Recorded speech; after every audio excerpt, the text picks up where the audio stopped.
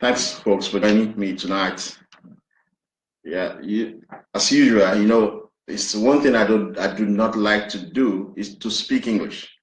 I rather speak English to my dogs, or I speak Yoruba to my children, and I prefer to speak Yoruba because it's my indigenous language. Speaking my language makes me to have some a sense of self-preservation. But oftentimes when I'm being forced to have to speak English, I am not really impressed about it because that's not my indigenous language. My indigenous language is Yoruba, but because there's so many people who are interested in what I do, and there are so many people I would like to address, particularly tonight I will be addressing the Igbo, and then I have to use the English language. But I encourage young Yorubas to speak our indigenous language because we cannot forever be slaves. If you look across Southeast Asia, Japan, China, Malaysia, Singapore, all of them, they speak their indigenous language. That's one of the reasons why they are successful today. We cannot forever be speaking English. It is not our language. But because I'm making a presentation that has to do with a nation, the Igbo nation, so I want them to understand what I'm going to say tonight. Because of this presentation, I have been invited to two interviews by Igbo. I'm not going to make mention of their name. Maybe over the weekend I'm going to do that interview, but I'm not meeting anyone, so people can do know. So tonight I'm going to speak about Igbo, a clear and present danger in Yorubaland.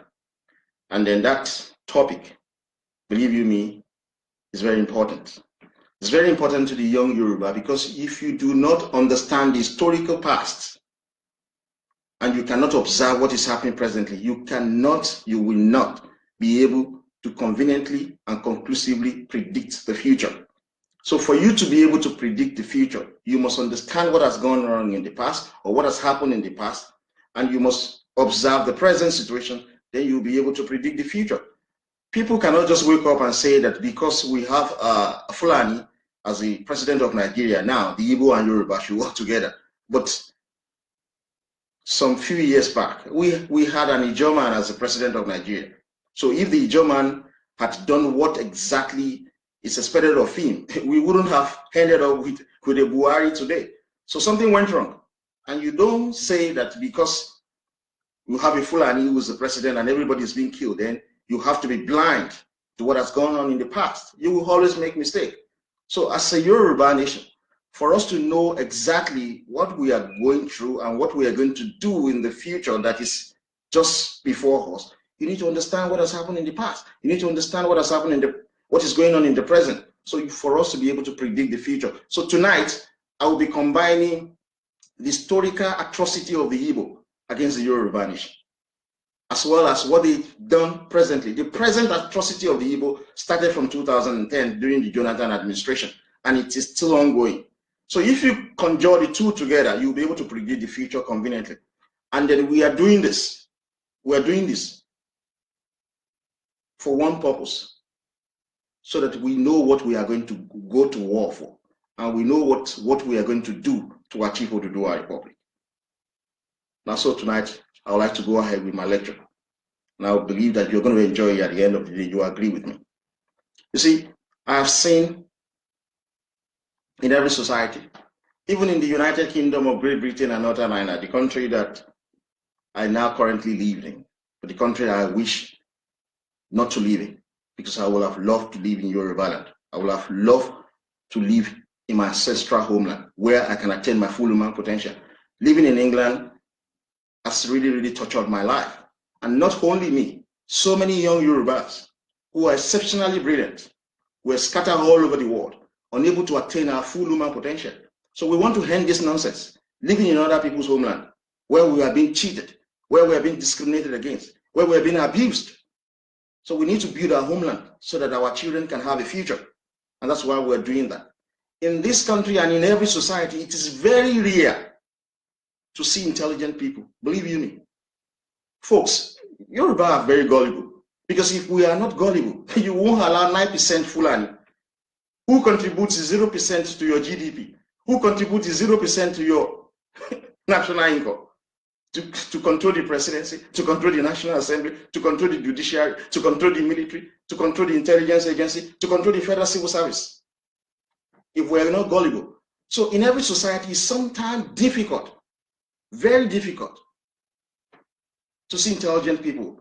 Oftentimes, very small categories, numbers of people are intelligent. Even if you go to the United States of America, the percentage of intelligent people is about 0.001%.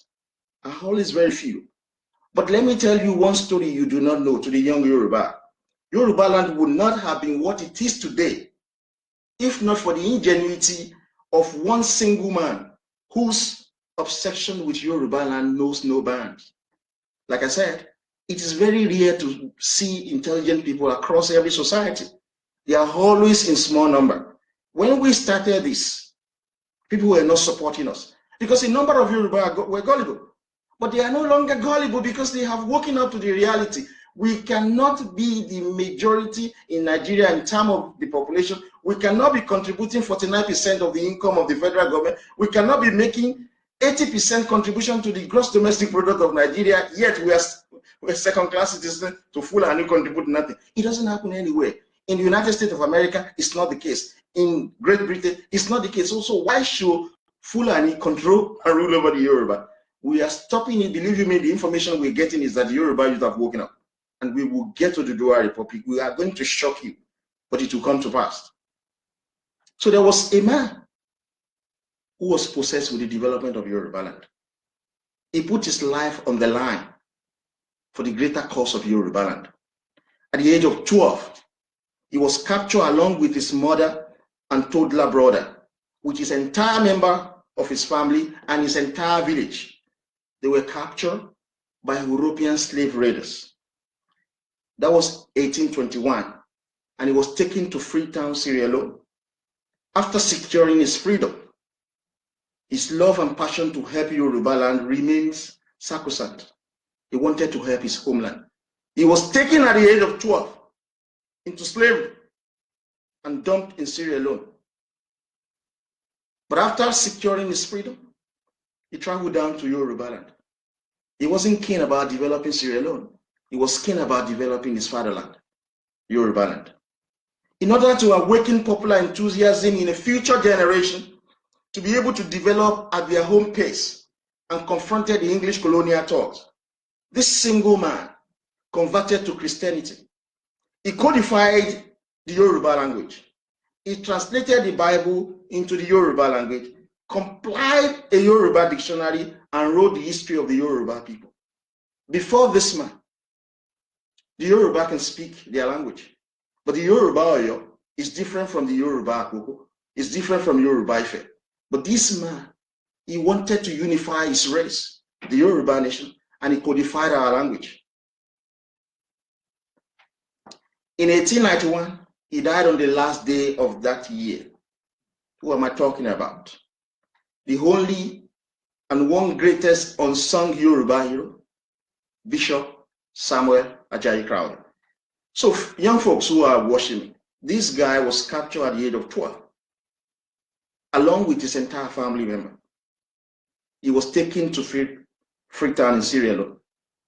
After regaining his freedom, he left Sierra Leone with one intention: to develop Yorubaland. He civilized you. He codified our language. The Yoruba we speak today was codified by Bishop Samuel Ajayi Crowther. He translated the Bible, the English Bible, into Yoruba language. He compiled our Yoruba dictionary and wrote the history of the Yoruba people. This was the man who developed Yorubaland. He developed us. When he came back from slavery, he was based in Sierra Leone, Freetown, in Sierra Leone. Sierra Leone, let me tell the young Yoruba who are watching me, Sierra Leone is an extension of Yorubaland.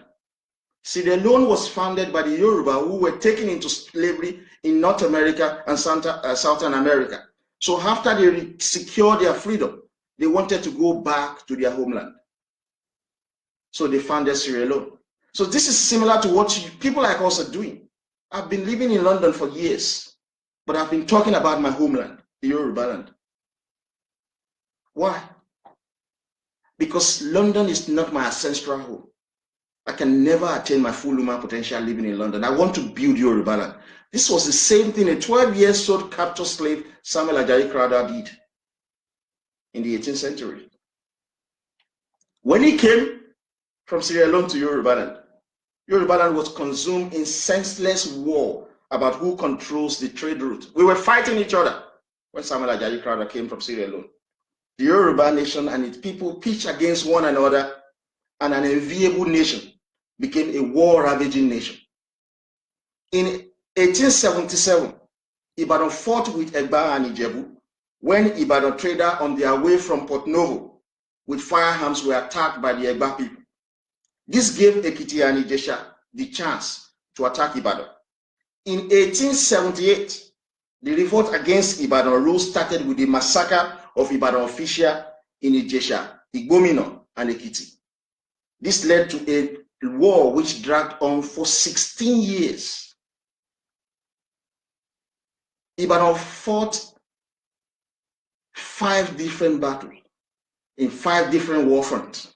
In the east, it faced the Ekiti Parapor under the command of Ogedengbe, the Seriki of Ijesha. In the south, Ibadan faced the Egba and Ijebu. Ilorin joined in the north. Finally, Ife joined the alliance in 1882. There had been long friction between Ife and the Oyo settler at Modakeke. The people who are in Modakeke today are originally from Oyo. They have always been fighting each other for quite a while. This animosity was strengthened by the war during which Ife itself was sacked by the Modakeke and their Ibadan allies. Modakeke was sacked by the Ife and the Ekiti. The main action of the war, however, took place in the northeast.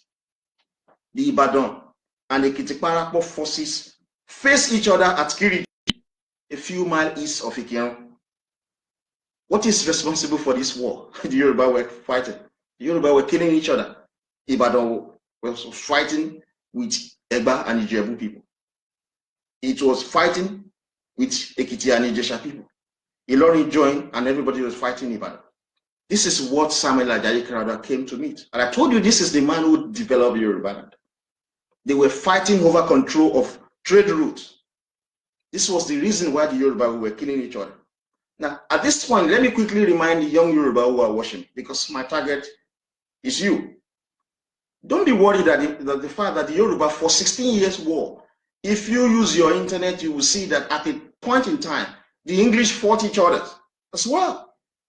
Between 1642 and 1651, that was 11 years, the English were killing each other. So after they settled as brothers, as blood, then they attacked the Scottish. They enslaved them and colonized the Scottish. Then they attacked the Irish, enslaved them and colonized the Irish. But this was after they had first of all enslaved the Welsh people. So the same way the Yoruba were fighting each other for 16 years, the English fought themselves as well. So don't think this is unique to the Yoruba nation, because this is the first narration some people want to give you. It is not unique to Yoruba nation because we were blind then. So blood brothers were fighting each other. Ibadan fighting Egba and Ijebu, fighting Ekiti and Ijesha. Ife fighting Oyo. When we were blind, we are no longer blind. This man, Bishop Samuel Ajayi Crowther, civilized us. You go see it today.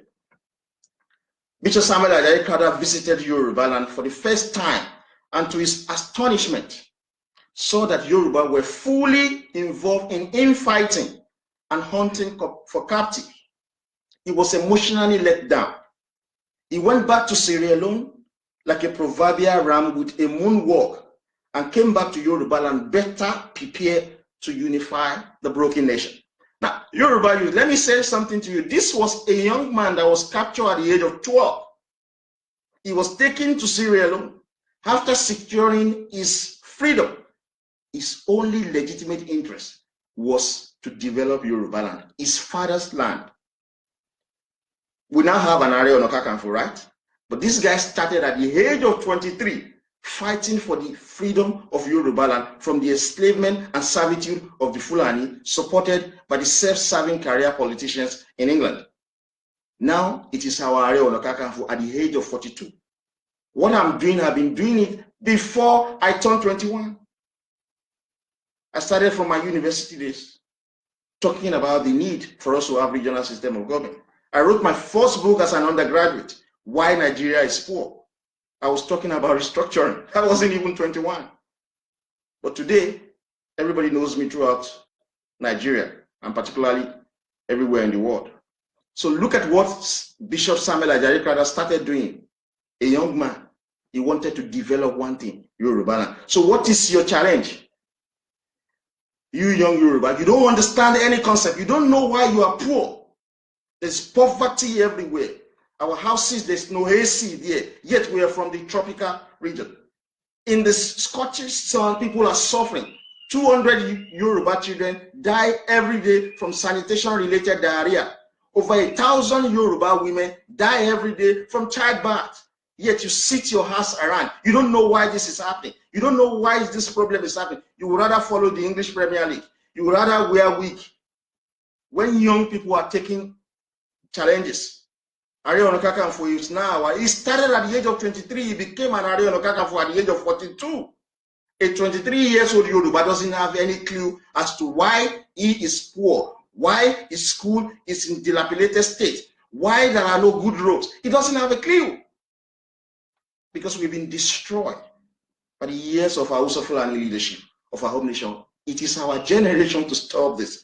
We will stop it, believe you me. You don't believe, but I believe it. So this is what Samuel Ajayi Crowther did.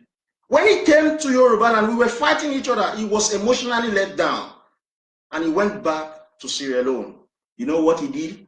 He hired a ship, put all his people there, his member of staff who were working for him. He said, I am heading home. Where is his home? Yorubaland. His home is not Nigeria. So on his way coming, he was arrested by the British Empire surveillance military ship that were put in the Atlantic Ocean to monitor piracy and slave haulage. So they misconstrued his ship for slave ship. So he was arrested and imprisoned. All of his people were captured and shipped back to Sierra Leone for trial in a military court in Freetown. At the end of the day, they were all free after many months of deliberation to ascertain if they were connected with slavery. Folks, he wasn't dejected. He wanted to civilize his homeland. He wanted to develop Yorubaland. He was arrested, put in prison for months. After trial, he was found not guilty. So if it were other people, he would have given up. No, he said no. This is what he said, and I'm going to tell you. After setting him free with others, he was dejected. They asked him why. He said, I have got a vision for mission that God obligated me to develop Yorubaland. That was a young Samuel Ajayi Crowther. He said he had a vision with a mission to develop Yorubaland. The only way you can develop Yorubaland at that point in time was to codify our language, because we don't have any written language now. We don't have any alphabet. There was nothing. So he saw Yoruba fighting each other, killing each other. He said, I have a vision with a mission from God to develop Yorubaland. They asked him, what is that vision? He said, they asked him how he's going to do it. He says he's going to spread the gospel in his fatherland, Yorubaland. Pastor Adeboye is not thinking about the collective interest of the Yoruba people, even though he's first and foremost a Yoruba man. Samuel Ajayi Crowther, he said he has a vision with a mission to develop Yorubaland. They asked him, how is he going to do it? He said he's going to use this gospel. Because he's a Christian. Bishop Oyedepo is not talking now. He's not using the connection. I expected Daddy Gio and people like Bishop Oyedepo to take advantage of the fact that President Trump is a Christian, to speak to him. Myself and few of our members are negotiating, having informal relationship with Mr. Trump administration. I'm seriously trying to lobby to meet him, even if it's going to be for 10 minutes. It's somebody I respect so much. This is what Bishop Samuel Ajayi Crowther did for the Yoruba nation. When he got to Yorubaland, the first thing he did is to restructure the Yoruba language, codify a new Yoruba dictionary, and to translate the English Bible into Yoruba. That is the milestone or the turnaround that changed Yorubaland for good. So if you are talking about the man who civilized us, if you are talking about the man who brought development into Yorubaland, it is Bishop Samuel Ajayi Crowther. This is an unsung hero of the Yoruba. He codified your language. He gave us the Yoruba that we speak today. So that is why it is easy for Oni of Ife to speak Yoruba. Alaafin will understand. So when Alaafin speaks Yoruba, the Oba of Lagos will understand. Akari Goremo will understand. Bishop Samuel Ajayi Crowther civilized us. He developed Yorubaland. He used Oyo Yoruba language as standard. But today, the Yoruba we speak is Lagos Yoruba accent and has since supplanted the Oyo Yoruba accent. You know what this short story is all about? You know what this is all about? I'm speaking directly to the young Yoruba. You don't have to be called to duty before you speak or take action on behalf of your people. You don't have to be called or speak before you take action on behalf of your people. Ààrẹ Ọ̀nà Kakanfò, when he was 23, nobody called him. Fulani were killing us. Fulani were in power. In 1993, after Abiola won the election, Fulani controlled the military, they controlled the presidency, they controlled the National Assembly, they controlled all the intelligence. But a 23-year-old Gani Adam said, no, I'm going to fight for my people. He stood the test of time. Today is Ààrẹ Ọ̀nà Kakanfò. He's in charge of the military of the Yoruba nation at its 23-year-old boy. A 12-year-old Samuel Ajayi Crowther was taken by European slave raiders, was taken to Freetown as a slave with his entire village, his brothers, sisters, and mother, every one of them. But he never gave up on his fatherland, Yorubaland. The moment he secured his freedom, he traveled straight down to Yorubaland. He codified our language to unify us as a race, to unify us as a nation. Folks, we have to respect this man. This man has not been respected enough. This is the man that civilized us. This is the man that developed Yorubaland. Now, let me now tell you one thing that is extremely important. So when he left Sierra Leone, he did not choose to develop Sierra Leone, one, because Sierra Leone wasn't his father's land. Even though Sierra Leone was founded by the Yoruba people, he still went ahead to develop his fatherland. Now, this is one unique thing he did after he civilized the Yoruba nation. Do you know the next thing he did? He sat down and said, I am going to civilize other people. He went to Igbo land. He gave them Christianity. He codified their language. The Igbo language that the Igbos speak today was given to them by the Yoruba nation. The Christianity in Igbo land today, we gave it to them. The Yoruba civilized the Igbo. This is what self-preservation is all about. This is sometimes when you see American government, the British government, giving stipend of their money to developing nations as aids, after they have taken care of their own people. After Bishop Samuel Ajayi Crowther civilized the Yoruba nation, developed the Yoruba nation, he looked at the Igbo and see them as still being crude. He gave them their language. He translated the English Bible into Igbo. He codified their language. The book he wrote for them is called Isioma Igbo Primer. It has 17 pages with Igbo alphabet, word, phrases, sentence patterns, the Lord's Prayer, and the 10 Commandments. He also translated the Bible into Igbo language. This is what self-preservation is all about. The moment he secured his freedom, he did not go to Igbo land.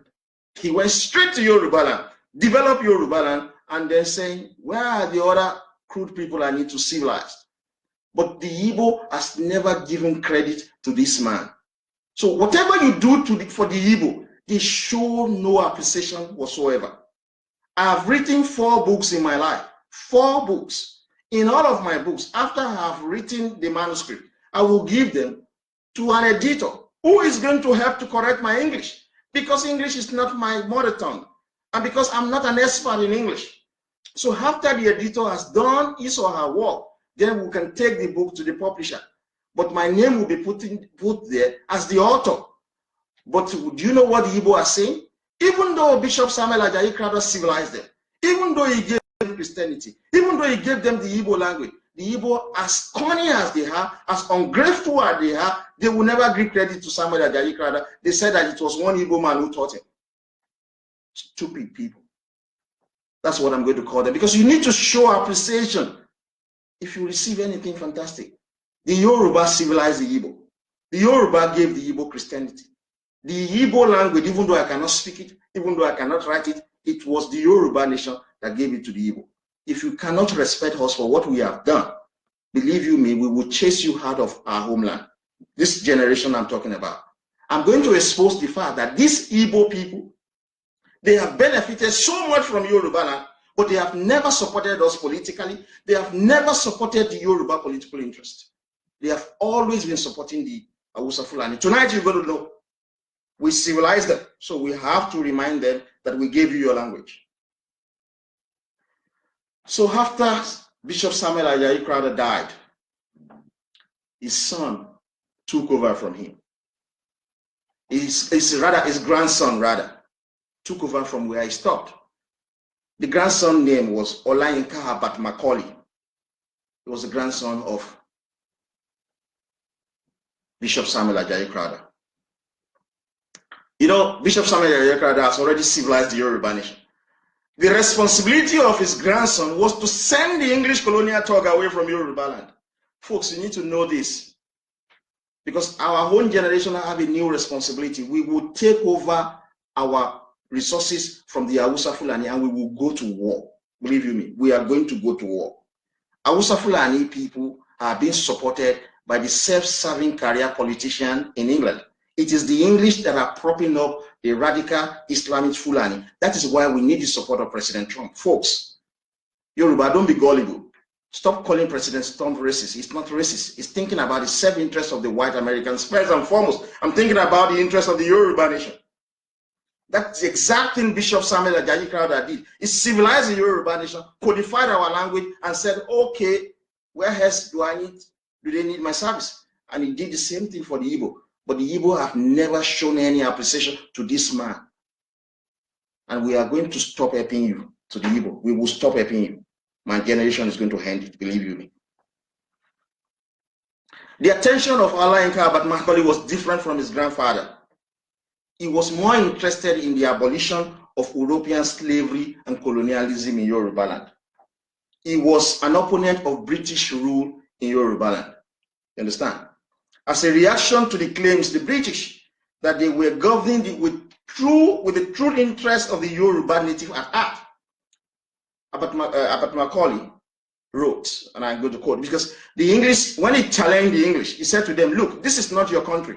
You can't come and enslave us. You can't come and dictate to us. The English responded to him and said that they are ruling the Yoruba with the true interest of the Yoruba native at heart.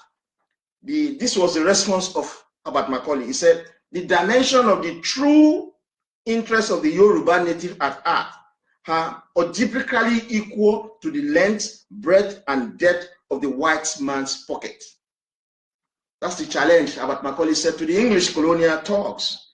He said to them that you are not helping the Yoruba nation. You are using our resources to build England, and I'm going to stop you. When I said in one of my videos that Nigeria is a shithole because the English have always been supporting the Hausa Fulani radical Islamists. People said that, you don't say that, you don't say that. You have to learn from what your ancestors have done. The English are more civilized than the Fulani. They are more sophisticated. They are more developed than the Fulani. But my ancestor, Olayinka Abat Macaulay, my ancestor, Samuel Ajayi Crowther, confronted them and defeated them. So what are you telling me that I should not stop them controlling my resources? And I keep telling this to the Yoruba people. There are 42,000 Yoruba who lives in England and Wales, who were born outside England and Wales. In Yorubaland, I'm not talking about Nigeria. In Yorubaland, we have 27,000 English who are living in our homeland. They are working in our foreign exchange market, financial and capital market, our shipping. They are controlling our shipping. They are controlling our oil and gas. In their country, what kind of job do you do? You take care of their disabled people. You take care of their old people. You wash their toilet. You do car park attendant. You go to their hospitals and cleaning their hospitals. Yet you have qualitative education than the English who are living in Yorubaland. And I'm telling you, it is the English who are using the Fulani to control the resources of the Yorubaland. You don't want us to talk about that. Olayinka, but Macaulay confronted them. He said the English were using Yoruba resources to build England, and he doesn't want them to do it anymore. He wants them out of Yorubaland. Today, we're still saying the same thing. We're still saying the same thing. You think Fulani have... Can't you see the character of Buhari? Buhari age mate is General Alani Akinade. If both of them should go to the United Nations, you will see that they have different qualities. General Alani Akinade is superior to Fulani in all ramifications, but Fulani is the best. Buhari is the best the Fulani can produce. Look at Atiku. Can you compare Atiku and Tinubu? If Tinubu should speak at the United Nations with Atiku, you will see the difference. The Yoruba are well sophisticated, but because you have fear in you, the young Yoruba, we have slaves everywhere in North America and across Europe, and even in our own homeland. I am going to stop it. My generation is going to stop it. Believe me, we will fight. That was what Abat Macaulay wrote when the English said that they have the true interest of the Yoruba native at heart, and they have the right to govern us. Abat Macaulay said, no, you are only interested in using the Yoruba resources for your own development in your country. In 1908, he exposed the English corruption in the handling of railway finances. You know, I said some time ago that the English colonized Yorubaland for 200 years. Throughout the 200 years the English colonized us, there was nothing like television station, there was nothing like skyscraper, there was nothing like free education, there was nothing like free healthcare, there was absolutely nothing for 200 years the English colonized the Yoruba nation. But under 9 years of our premiership of Yorubaland, he provided everything I've just mentioned. So in 1908, the Yoruba people contributed money to build railway. The English took it away to go and build railway in England. That's what they did. Abat Macaulay challenged them. You see, the responsibility of Abat Macaulay's grandfather was different from what Abat Macaulay is fighting. Abat Macaulay's grandfather fought to civilize the Yoruba nation. He fought to unify the Yoruba nation. He gave us the Yoruba language you and I speak today. He codified it. He gave us our proverbs, our alphabet, everything. His grandson's responsibility was to chase away the English from Yorubaland. Our own generation will have a new responsibility. We will go to war, believe you me, whether you like it or not. I have the support of so many Yoruba in the Nigerian Armed Forces, in the police, who have pledged allegiance to go to war because we will control our resources. Let me quickly tell you this. Theresa May recently said that the English voted for Brexit in order for them to control their resources. Yet, they have an ambassador in Nigeria who will open his stupid mouth and say that Nigeria cannot break. The Yoruba cannot control their resources. Can you imagine that stupidity? When in their own country, they opted out of the European Union in order for them to control their resources. We are now saying, the young Yoruba are saying, we are going to get Yoruba out of Nigeria so that we can control our port, so that we can control our waterways, we can control our revenue, we can control everything in Yoruba, because the Fulani are controlling it through the English. And the ambassador in Nigeria is talking rubbish, and you don't want to speak up. You are afraid. If you are afraid of anything, you will never attain success. You will never attain greatness. People who are bold to speak truth to power have always achieved greatness. Believe you me. Go and check the course of history. So that was how he exposed the English in 1908. They were using the taxes paid by the Yoruba to build railway to develop their own country. So in 1919, he argued successfully for the Yoruba chiefs whose land had been taken by the British in front of the Privy Council in London. You see, what the British did is I'm going to come back to something that's very important. The British took the Yoruba chiefs' lands and said they are ruling with the true intention of the Yoruba native. So Samuel Olayinka Abat Macaulay, he went to court He went to court in London and challenged the British, saying you cannot take Yoruba's land. It belongs to them. Do you know what happened? As a result, the colonial government was forced to pay compensation for the Yoruba chiefs, and their lands were returned back to them. Folks, in 1978 or thereabout, Mr. Obasanjo, a very stupid statement, somebody that Yoruba, you should just fucking blow his head off. He took away Yoruba land in 1978 in his Land Use Act.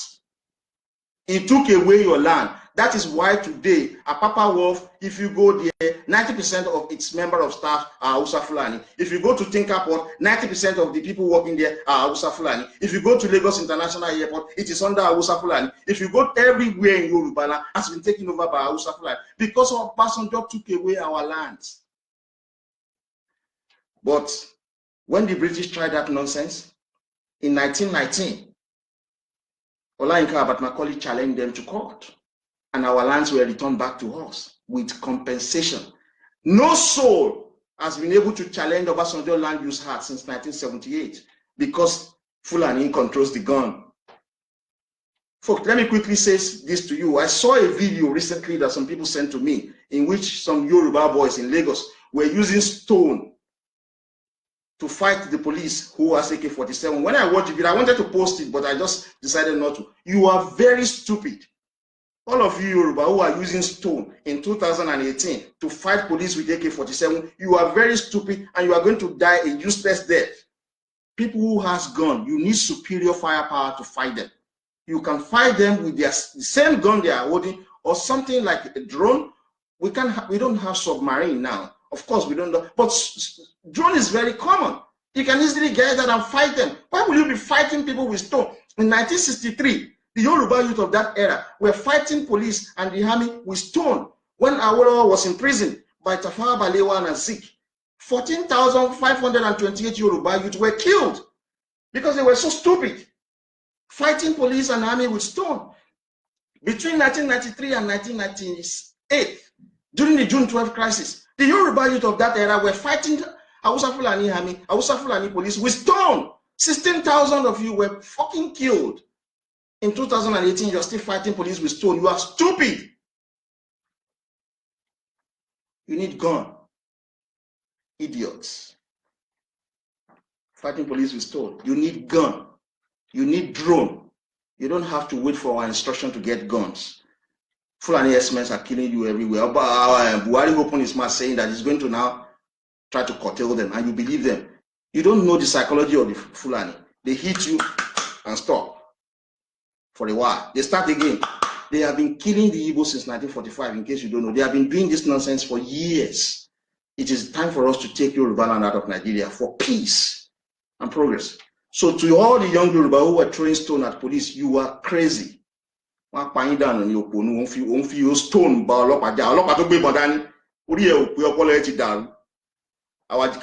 were doing the same thing. So can't you learn? I'm using smartphone. In 1976, there was nothing like smartphone. Even in 1993, we don't even have anything like smartphone. So in 1963, our parents were using stone to fight the police. 14,528 of them were killed. In 1993 to 1998, during June 12, we were still using stone. Idiot, you are using stone to fight the police in 2018. That's not what we're calling you for. You need weapon to fight for your freedom. Nobody fight with your fists or stone. No. So, folks, in 1919, when the British took away Yoruba lands, we went to court. Olayinka Abatmacaulay went to court and challenged them. He went to court in London. He left Yoruba and traveled down to London and challenged them in court. Our lands were returned back to us. We were even compensated. Obasanjo took away all the Yoruba land since 1978. No one has challenged him in court. No one has challenged the federal government. That's why Fulani S-men are saying we want cattle colony because Obasanjo took away your land. Obasanjo took away your land. Let me tell you what happened in 1923. Olayinka Abatmacaulay in 1923, after he challenged the British government because they've taken Yoruba land and the land were returned to the Yoruba and were paid, he then rallied around the people. In 1923, Olayinka Abat-Macaulay founded the first political party in Yorubaland. The first political party in Nigeria was founded in Yorubaland. The political party was called the Nigerian National Democratic Party, NNDP. The party won all the seats in the elections in 1923, 1928, and 1933 in Lagos. The party continued to dominate the politics in Lagos until 1938, when the Nigerian Youth Movement, formed by Professor Eyoita, overtook it in election. So after this guy started, you see, you need to follow this history. Samuel Ajayi Crowther codified Yoruba language. He developed Yoruba language. His grandson took things up from where his father stopped. He challenged the English, saying that they have no legitimate claim to rule over Yoruba land. When the English took away some Yoruba land, he went to court. He challenged them. Our lands were returned back to us, and we were even paid. We were compensated. After that, he now thought in his head, okay, let me fight for independence for the Yoruba people. That was his state of mind. Like his father, his grandfather rather, he left the alone to develop Yoruba land. After he developed Yoruba land, he went to help the Igbo. He did not go to Igbo land first. He came to his fatherland first. Now, look at Abat-Macaulay. He helped the Yoruba to take back our land from the English colonial tours. After that, he said, okay, if I can do this, I can get independence for everybody in Yoruba land. We can send the English away. So in 1923, he founded a political party, the Nigerian National Democratic Party. That political party was the first in Nigeria, and it won election in 1923, 1933, and 1923, 1928, and 1933. And he won election. But by 1938, there was another sheriff in town. A new political party was formed, Nigerian Youth Movement, by Professor Eyoita.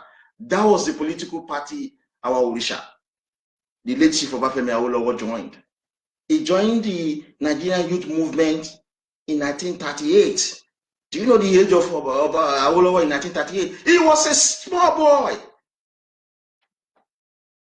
But all the young Yorubas, they are following English Premier League. They are wearing wig. All our girls have turned prostitutes. People are sleeping with them with 10,000 naira, 15,000 naira. Because Hausa Fulani have fucking destroyed everything. But we will reshape the course of history. Our generation will now have a new mandate. We will be very brutal. We will be very, very brutal. Believe you me. We have been born into degradation. They've taken everything away from us. Free education, free healthcare, good road, qualitative healthcare, everything. We don't even have food to eat. We were born into degradation, and we will show you we are going to be very, very brutal. So this is the organization, the political party that was founded in 1938. Awolowo rose to become the Western Provincial Secretary of the Nigerian Youth Movement. So to promote democracy in Nigeria, Olayinka Abat-Macaulay rallied around nationalist parties, cultural groups, and cultural association and labor movement, and formed the National Council of Nigeria and the Cameroons in 1944. I hope folks are listening. I'm talking about the Igbo tonight. And I said, Igbo are a clear and present danger in Yorubaland. I'm getting back to them now, folks. You got to listen. So you relax, because I'm talking based on research, because that's my specialization. That's my specialization. I have seen some of them abusing me, but I'm not really bothered. So in 1944, Abat-Macaulay founded another political party. He called it National Council of Nigeria and the Cameroon, NCNC, in 1944, because he wanted to use that platform to send the English colonial thugs out of Nigeria. His interest was originally to send them out of Yorubaland. Now it's not focused on Nigeria. Abat-Macaulay was the first president of the NCNC, while Zik was its first secretary. Unfortunately, folks, in 1946, Macaulay fell ill and later died in Lagos. May his soul continue to rest in peace. That was when the problem started, folks. That was when the Igbo started their problem. They are responsible for the nonsense that is currently going on in Nigeria, and I'm going to tell you. Abat Macaulay founded NCNC political party in 1944. He was the president. He died in 1946, and that was when Zik took over. Zik became the president in 1946. Remember Professor Ayoita, who founded the Nigerian Youth Movement, the political party Awolowo joined. Professor Ayoita became the deputy president to Azikiwe in NCNC. So all the political parties in Nigeria were members of the NCNC. It was founded by a Yoruba man, but he died 2 years after he founded that political party. Zik became the president. That was when the Igbo destroyed everything. You will see tonight. You will see. I talk based on research. You go and find this research yourself. Because I'm a Yoruba man, you understand? And I'm well educated. So everything I'm saying, you can cross-check. They're in the open. It's a public knowledge.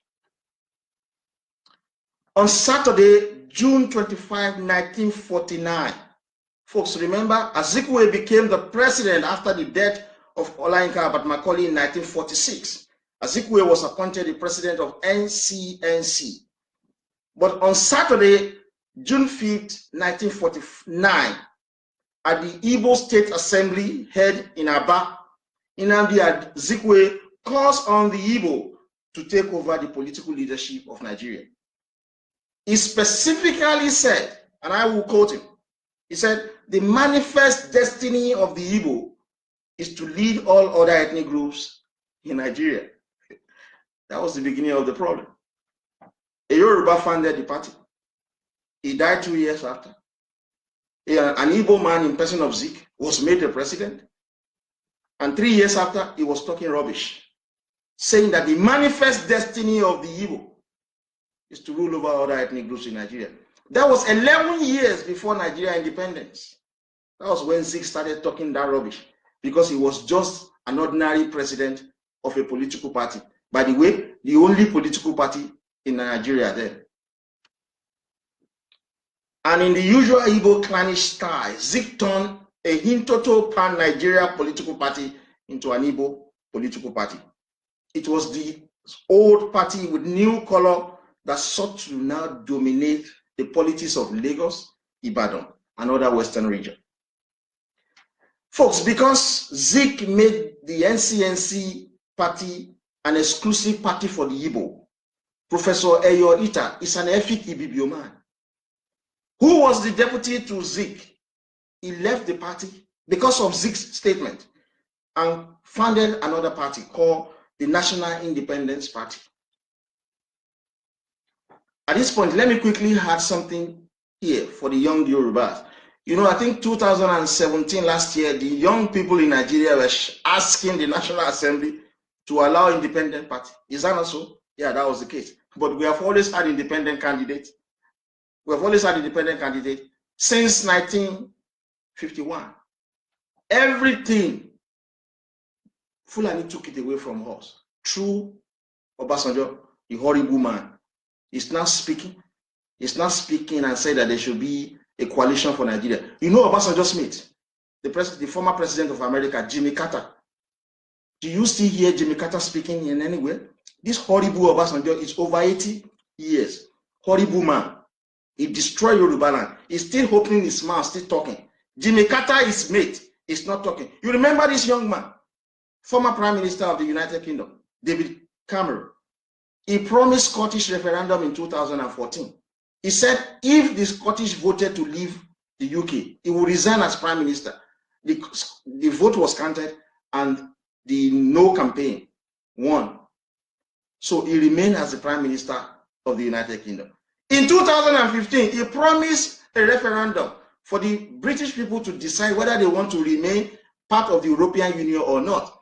And he said, if he loses, he will resign. He lost. He resigned. The man is doing something else now. Where is Gordon Brown, the former Prime Minister of the United Kingdom? He's doing his own business now. He's focusing on something. He's not speaking again. Tony Blair is gone. So many people are gone. All the former president of the United States of America, they are busy doing one thing or the other now. But this horrible, hopeless Obasanjo, who was a deputy president in 1975, who was head of state in 1976, who has served 3 times, is still talking at his age. When people like us should be speaking for the interests of the Yoruba nation. He's horrible, man. Because it's not Yoruba, a natural Yoruba will have kept quiet, will not be talking again. He's still talking. All his mates are retired doing something else. Ordinary young man. I think David Cameron should be around 45, 46. He's no longer talking. He lost an election, he resigned. Obasanjo brought Shagari, a terrible, very stupid man. Illiterate, a stark illiterate. Shagari was a stark illiterate. He's a stark illiterate. He brought Yaradua. That one was doing rubbish completely. He brought Buhari, yet he's saying he's forming a national coalition. Somebody that should be ashamed. David Cameron, a prime minister, young English prime minister, he promised a referendum. He said if he loses, he's going to resign. He lost, he resigned. No one is hearing anything from him. Again, Obasanjo brought Buhari. He's still opening his stupid mouth, saying that there is a coalition. They should form a horrible man because it's not a Yoruba man. To buy a true Yoruba ni. O tu mama tini, o mama gbe àwọn grandchildren there. Lossy Park.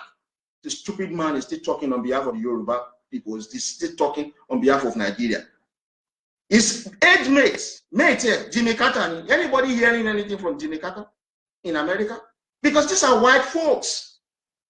They do their times. They just go and sit down and do something else. Obasanjo doesn't have any response, anything doing other than to be in presidency, to be talking every now and then, here and there, moving about. Hopeless man. I said in my video that if this guy had been a white American and he has done all the atrocity he has done against the white American that he has done to the Yoruba, white American youth will have exterminated him. Hopeless, stupid old man. He's an idiot. He brought this miserable Buhari. He lobbied Obama, he lobbied John McCain, he lobbied Hillary Clinton, he lobbied the UK government to impose Buhari on us. It is because this guy is just a very weak man, Jonathan, very fearful. He doesn't want to die. That's why Buhari became president.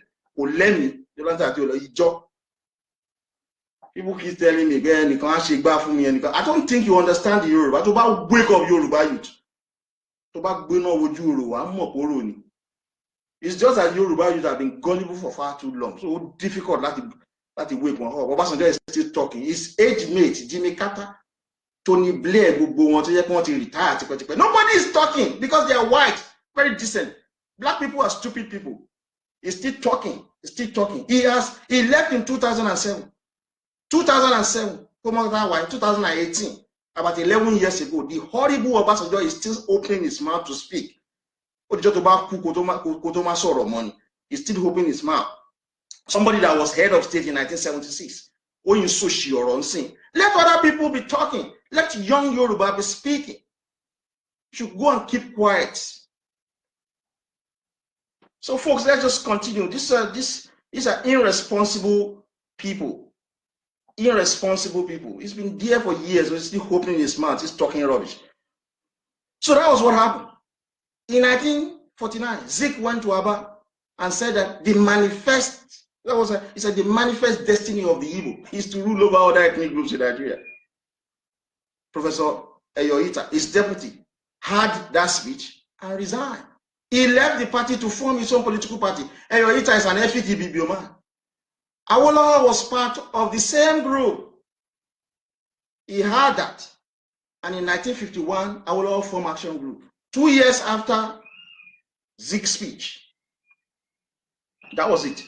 The Action Group contested against the well-established NCNC party and defeated it on all fronts to form the self-government of the Western region of Nigeria in 1951. It took Mandela 27 years in prison to send white men from other lands from ruling black South Africa. Under few days, Awolowo rallied around the Yorubas and sent away Zik from another land from ruling the Yoruba nation. The Igbo will call Mandela Action a hero. They will call Awolowo a tribalist, idiot. Mandela sent away white English and Netherlands from ruling South Africa. It took him 27 years. Awolowo sent away Zik under few days from ruling over Yorubaland. You call the action of Mandela a heroic action. You call the action of Awolowo tribalism. Are you not out of your brain? You must be so stupid. The English are human beings too. So because they are white, because they are white, it is good for black Mandela to send him away from South Africa.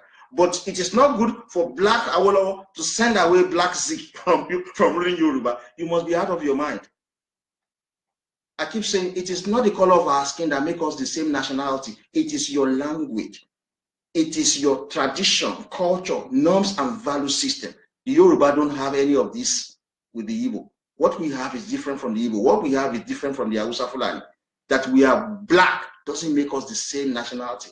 So folks, you just get it in your head. Now let me just tell you about this Western region election. Because most of the time, you see stupid Igbo youth saying that Zik won the election. Zik did not win the election. Zik did not win. You can go and read Zik autobiography, Maudesi, and then you read Ganiyu Daudu's book, Hawo or Zik, who won the 1951 election. Go and read it. The results are there.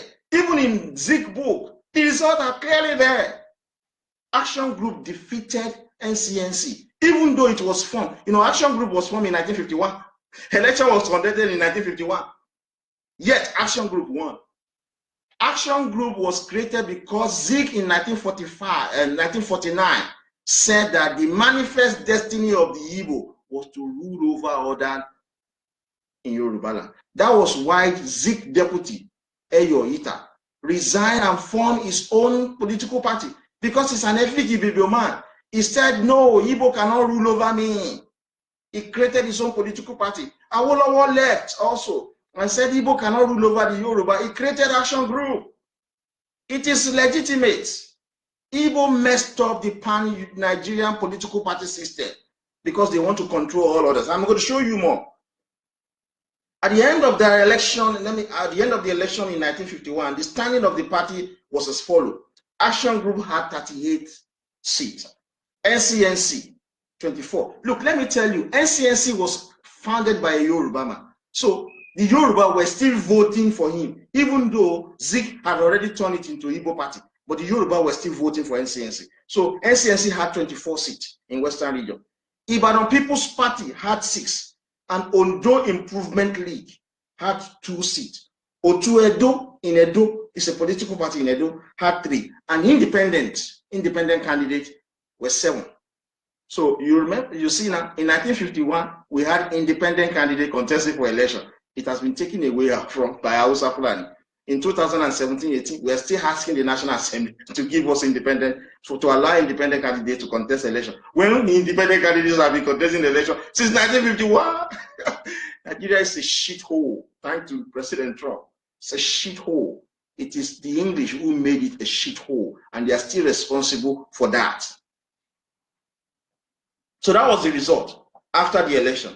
According to Zik in his autobiography titled My Odyssey, he stated, and I'm going to quote him, he stated that the NCNC was under the impression that he had won 43 seats out of 80, but 20 of the legislators whom they regarded as member, supporter, or sympathizers aligned themselves with the Action Group. He thought that the NCNC had won 43 seats, but in actual fact, it was only 23 before another one was added that make it 24. Awolowo Party, the Action Group, defeated NCNC. Even though NCNC was established by a Yoruba man, Awolowo Party was established in 1951, and a few months after the party was established, it went straight into an election. It defeated a party that has been established since 1944. You have to give credit to the brain and ingenuity of late Chief Obafemi Awolowo. You have to be like him, folks. He's a very smart politician. But I'm going to tell you what the Igbo did to him. You're going to see it tonight. So at the end of the election, out of the 80 seats, Action Group won 38, NCNC won 24, candidate of other party who aligned with the Action Group won 15 seats. and while other colleagues who went with the NCNC were 3 in numbers. This brings the total to Action Group 53 seats, NCNC 27 seats on all the overall result. So Awolowo defeated NCNC in Yoruba Western region. We defeated the Igbo. So Dr. Nwandike, who was writing rubbish in 1989, saying that Zik won the election, is just stupid. In Zik book, he said that he lost. Now, at this point, let me just tell you one thing that is personal to me. You see, the two candidates from the Ondo Improvement League, they supported Action Group. They supported Action Group based on my grandfather's address to them, because my grandfather was a king. He said to them in Yoruba, while he was canvassing, that they should support Awolowo so that a foreigner will not rule over Yoruba. He said, and I'll quote in Yoruba, he said, Odo toba toju enikun, eni loting be. That if the Yoruba should make a mistake and allow a foreigner to rule over them, they will regret it for the rest of their life. So that was why the candidate from the Ondo Improvement League supported Action Group. It is a part of which I hold that history so dear to me. That's what my grandfather did. And then I'm very proud that he was pro-Yoruba to the core. And then because I don't go to church, my mother always reminded me that my grandfather founded Anglican Church, that I should go to church because my grandfather founded the church before he died. So that's just a personal history about myself. You see, the Ibadan People's Party, Ondo Improvement League, an independent candidate from Lagos who have won their seats, voted along the Action Group to give Awolowo the majority in the Western Regional House of Assembly. So we defeated you, Igbo. And then let me tell you, the 27 seats you had in Yorubaland were not Igbo candidates, they were Yoruba. So don't come around and be saying blindly that Awolowo, it was Zik who won the election in 1951. You did not win. It was because of the speech of Zik in 1949 that where he said that the manifest destiny of the Igbo is to rule over other ethnic groups in Nigeria. That was what caused the disagreement and disaffection in NCNC. The Efik people, they went away and created their own party. The Yoruba left the NCNC and created Action Group, and we defeated you. It took Mandela 27 years to send away men from another country from ruling them. It took Awolowo a few days to send away men from Igbo land from ruling Yorubaland. So you have to give credit to that man. So it's a great man. So don't call Awolowo action tribalism while you are praising Mandela. No, you don't. It doesn't work like that, folks. It doesn't work like that. So that was the election of 1951. It was won hands down by Action Group, not by NCNC. If you want to challenge that, go and read book. Go and read Zik book. It's there. Go and read this book by Alhaji Daudu, Hawo or Zik, who won the 1955 Western Region election. You go and read. I've read some of this. I've read it. Now let me tell you something that happened in 1957. Now you've seen that it is the Igbo that caused the disagreement between Yoruba and Igbo, and then they caused disagreement with Efik Ibibio as well, because Professor Eyoita left NCNC, even though he was the deputy to Zik. He left and formed a new party because Zik said the Igbo manifest destiny is to rule over others. It is the same thing the Fulani have been saying that they are born to rule. That was the exact thing Zik said in 1949, that the Igbo are born to rule. Awolowo ya dànù kúrò ńbẹ̀, àwọn ọmọ Efik Ibibio náà wọ́n ya dànù kúrò ńbẹ̀, wọ́n fi gbogbo party yẹn lẹ̀ fún Igbo. So this is what happened in 1957. In 1957, the British colonial Tog, I'll call them government now, just to respect them, because I call them Tog. You see, there's so many things I've coined.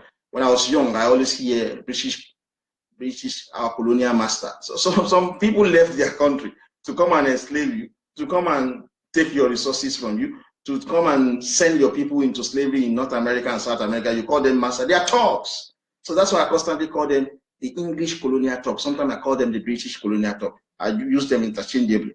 So in 1957, when the British colonial government, under intense pressure from southern politicians pressing for independence, attempted to divide Nigeria between the north and south, forged together by Lord Lugard amalgamation of 1914. When the offer of independence to the three regions individually provided, any two accepted the offer, the political crisis loomed large at the national horizon. So this is what happened is that in 1957, Awolowo and his action group said to the British colonial government that we want to go, we want independence, we don't want you to rule us again. The Northerners saying they are not ready. They are fighting. So you know what happened? The English colonial government went to the east, to the Igbo, and asked them, which one do you want? Do you want independence in 1957, or you want to tally a war? I will tell you what the Igbo did in 1957. It is in the history. Because you don't read it, you think I'm manufacturing this from my head. And let me give an impression to the young Yorubas. There is nothing exceptional with me. I read. A reader is a leader. That's why everybody is looking up to me. If I'm going to pub and running after girls, like some of you do, I won't have this idea. But I've been reading since age 15. I've been thinking about the Yoruba nation. So I have all of these ideas in my head. I just have the platform to express myself. There's nothing exceptional with me. If you read through as well, you will have this information and you will want to work for the development of your race, for the development of your own nation. Our nation is Yorubaland, not Nigeria. Not Nigeria. So the Northern region led by Ahmadu Bello, Northern People Congress, took the position that the North was not ready for independence. They said to the British, we're not ready for independence in 1957. Awolowo said, I'm ready. I don't want you to rule my people anymore. We can rule ourselves. But the Hausa Fulani said they are not ready. It was the Igbo-led NCNC that held the balance. It was an issue that could make or break Nigeria if the three regions choose to go their separate ways to independence. The NCNC leader, Nnamdi Azikiwe, took the stand that the eastern region would rather suppress its appetite for independence until the northern region was ready for independence. According to Nnamdi Azikiwe, this was to avoid the balkanization of Nigeria nation and conceivably a breakup of the country. Can you imagine that? Zik was thinking one thing. You know, he made a speech in 1949. He said that the manifest destiny of the Igbo is to rule over others in Nigeria in 1949. So in 1957, when the British asked the Igbo, do you want your separate independence?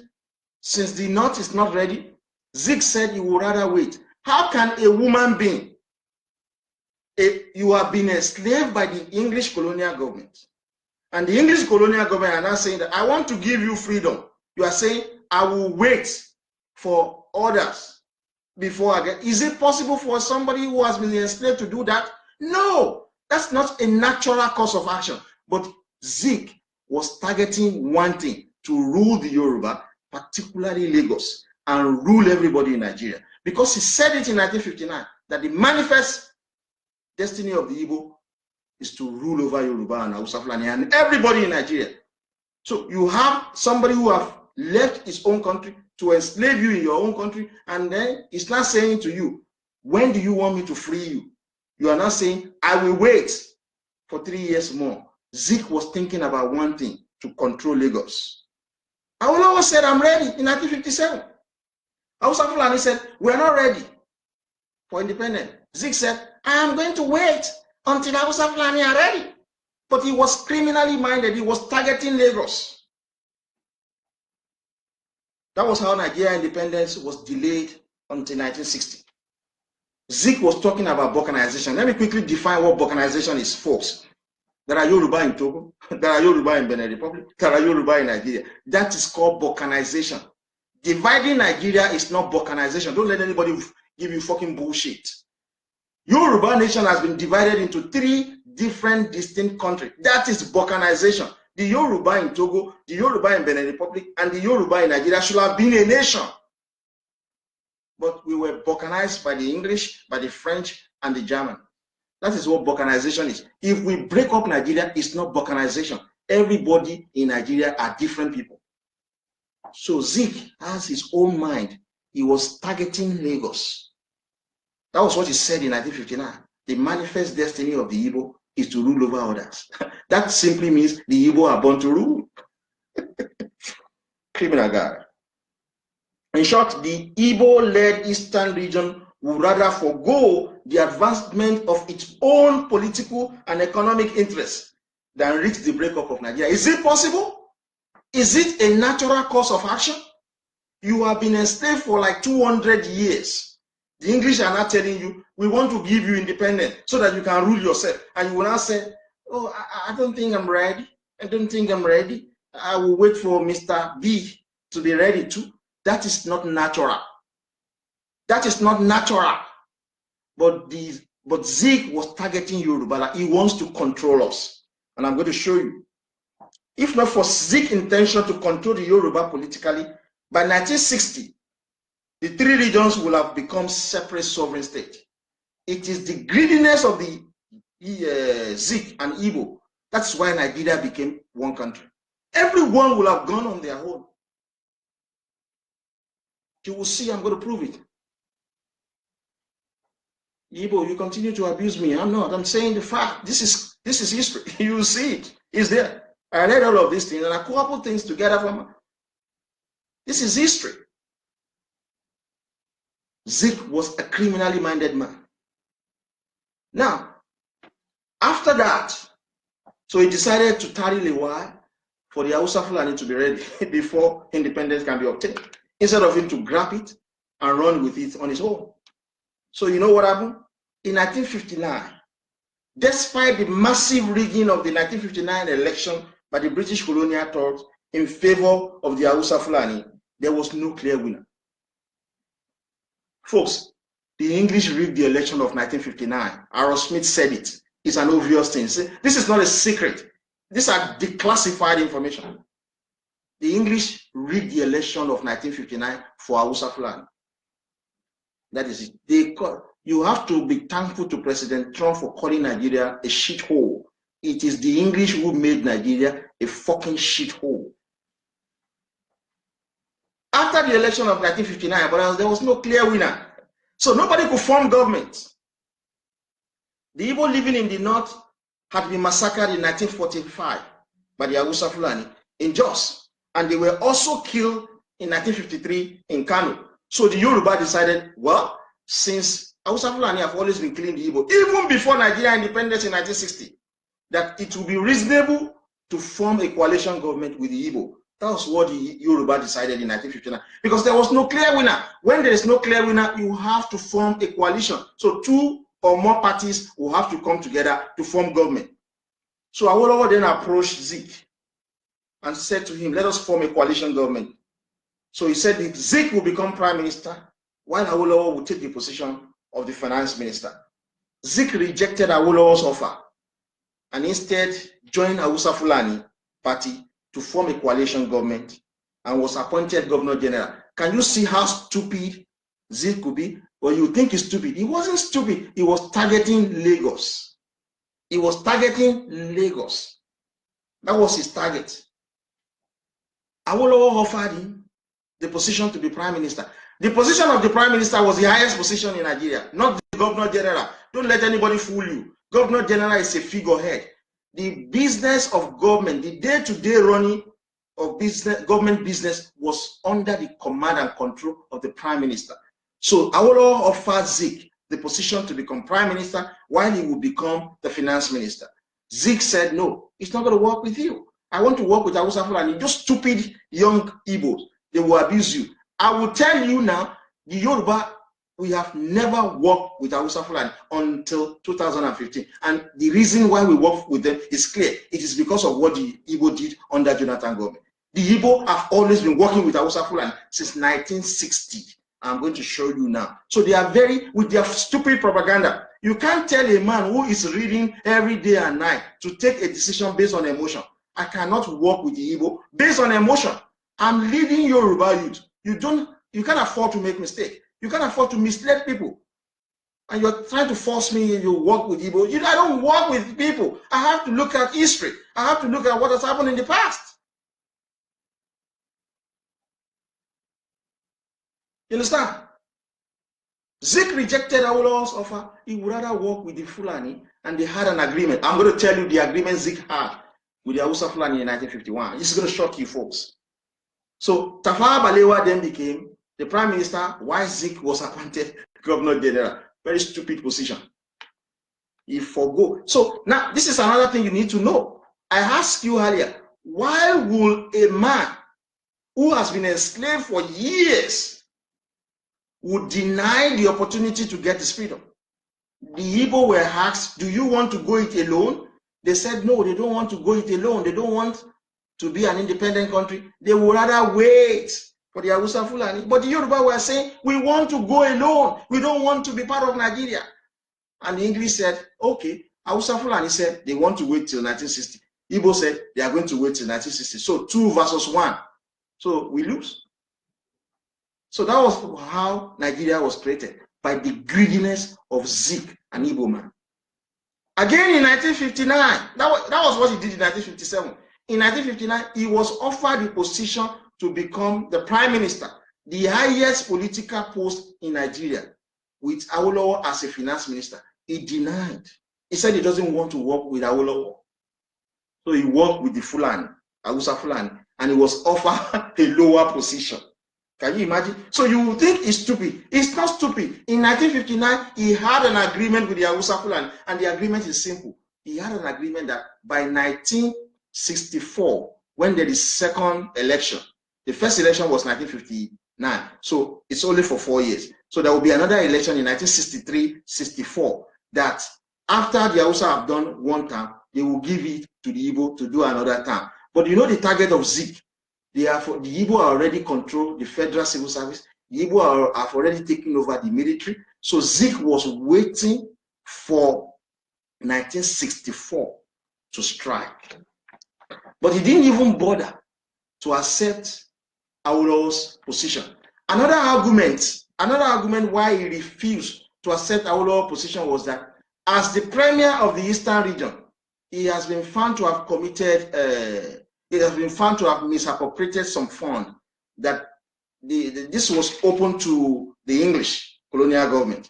So they were using that to negotiate with him that, look, we have an evidence that you have committed fraud. If you don't work with Hausa Fulani, we are going to charge you to court. That was another explanation as to why he would have to refuse this position of prime minister to accept to be a governor general, a lower position.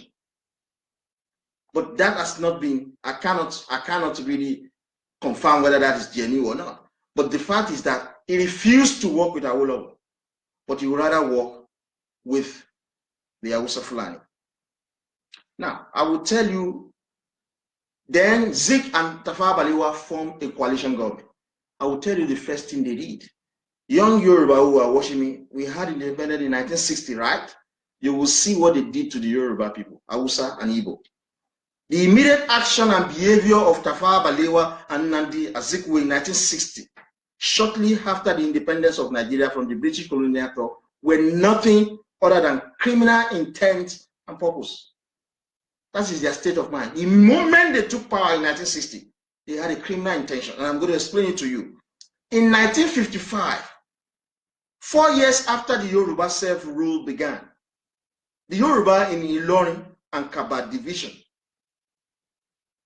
they were part of the northern region there. They voted in a series of referendums to be part of the western region of Nigeria. There was a referendum. There was a series of referendums conducted in 1955. The Yoruba in Ilorin and Kabad division said, we want to be part of the western region. We want to be part of our people.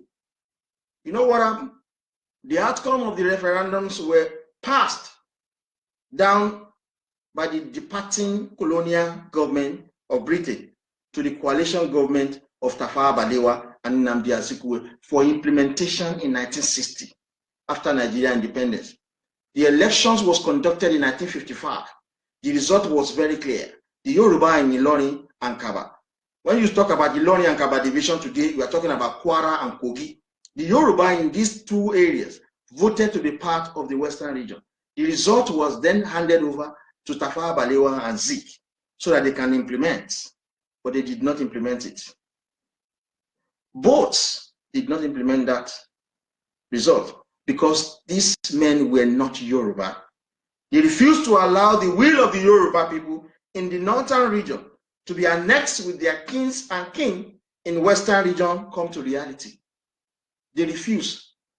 So at this junction, folks, you allow me to release a declassified information by the colonial resident of the British colonial resident. This declassified information was produced in 1900.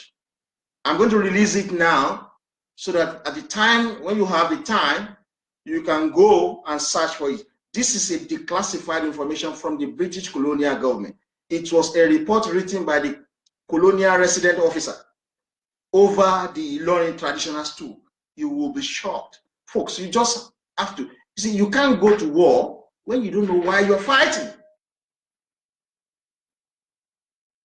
When you don't know why you're fighting.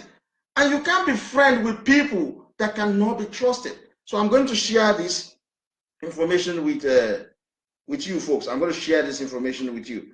Just give me a couple of minutes. I'm going to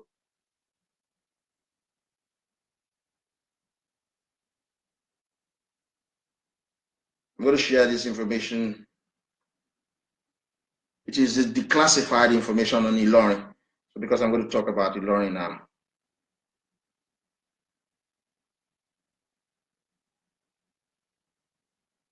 Oh, I'm not guessing it. It's not playing.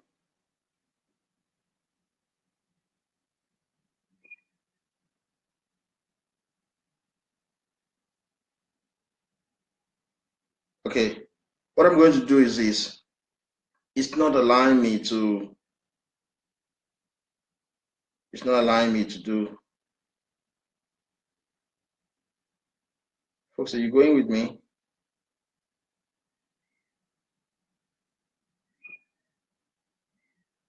Folks, it's not allowing me to share this. Sorry, it's a declassified colonial resident report of July 1900. But I'm going to share it as immediately after I'm through with this presentation. See, the content of that is that according to the British report of 1900, the ruler of Ilorin were Yoruba, and they are always the Balogun. The Balogun Inokojuali of the Alalamu was actually the ruler of Ilorin as far back as 1900, when the English were trying to take over Ilorin. Initially, the English were trying to take over Bida.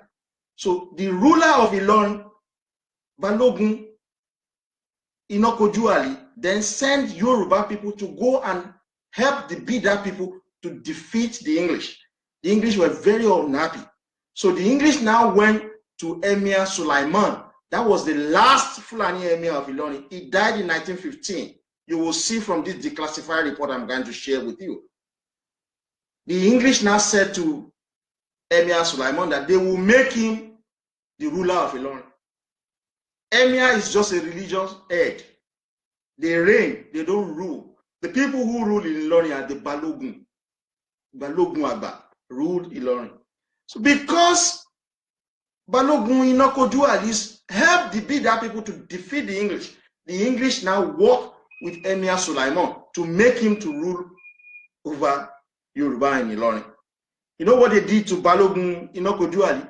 He was deposed and deported to Jeba. By the time all the Yoruba rallied around from all the Yoruba areas, they moved down to Jeba to show their support and ready to fight the English. The English then moved him from Jeba to Lokoja.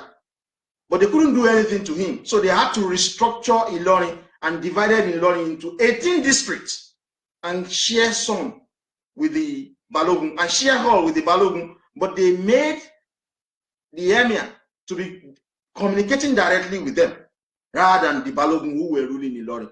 It is the English that gave Ilorin to the Fulani. The Fulani did not defeat the Yoruba. Every time you see stupid Igbo making an argument that Fulani has taken over Ilorin from, I will share you the declassified report. You will see. This was produced by the University of Ilorin in their history department. Because the Yoruba youth would rather follow the English Premier League, they have no sense of history. So the Igbo will just spread propaganda all around. The last Fulani in Ilorin as the emir was Emir Sulaiman. He died in 1915. If you read the history, you will know that the Yoruba have killed 3 different Fulani emirs in Ilorin. The current emir of Ilorin is a Yoruba man. His real name is Kolapo. So I will share you the declassified report. Because when you don't read, people will take advantage of your stupidity, of your gullibility. That's why I'm telling you, Yoruba, we are so rich, I don't have to be in London, fucking wasting away. What am I doing? The English who live in Yorubaland are living better life than me, who is living in their own country. That is the same thing to all the Yoruba who lives here in England. The English who live in our homeland live a better life than us. And they don't have the kind of qualitative education we have. So the Igbo will open their mouth and say, Fulani took over Ilorin from you. Go and read history. It is the British that gifted Ilorin to the Fulani. And let me tell you something that happened at that time.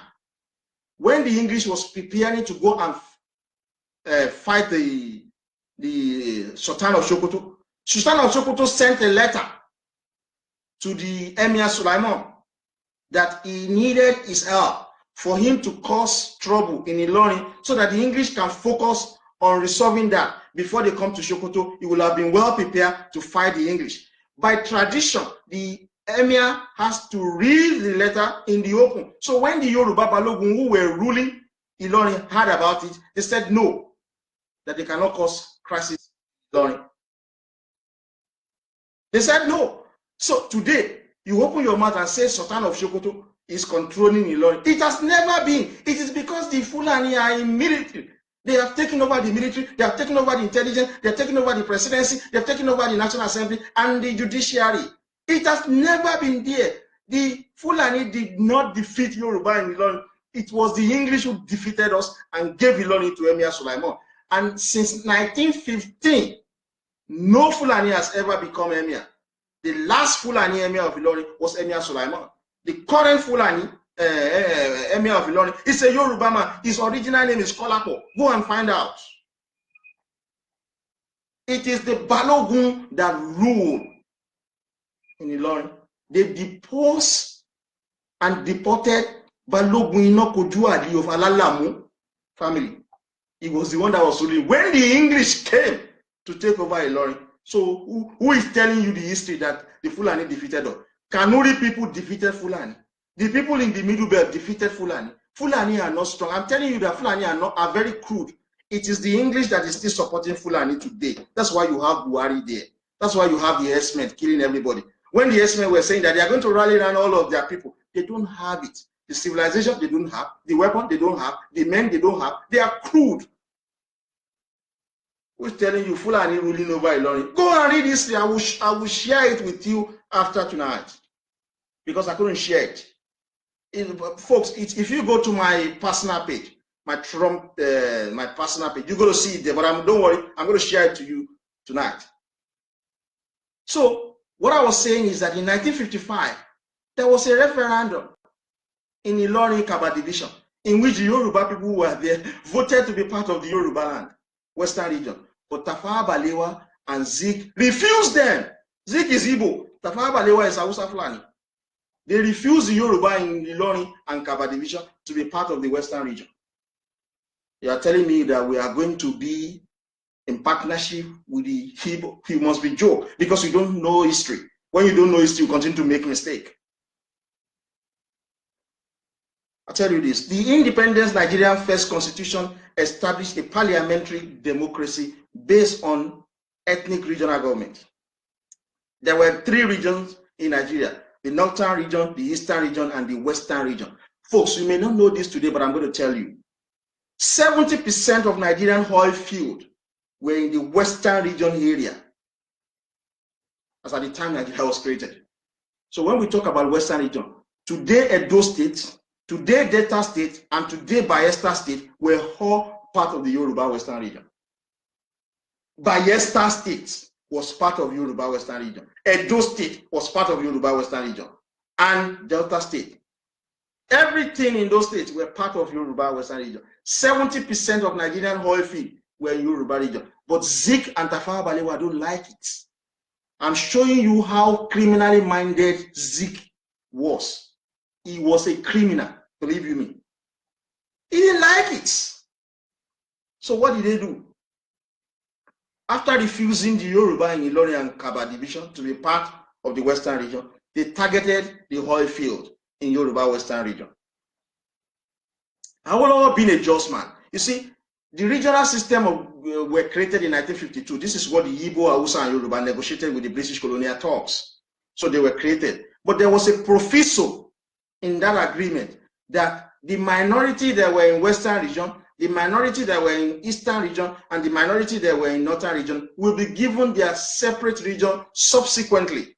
That was the agreement. So in 1961, so 1 year after the British colonial Turks had left, that was 1 year after independence, Awolowo at the House of Assembly raised a motion and requested that the minority in Western region, the minority in Eastern region, and the minority in Northern region be given their own regions. What a just man. He was a fine man. But Zik was a criminal, believe you me.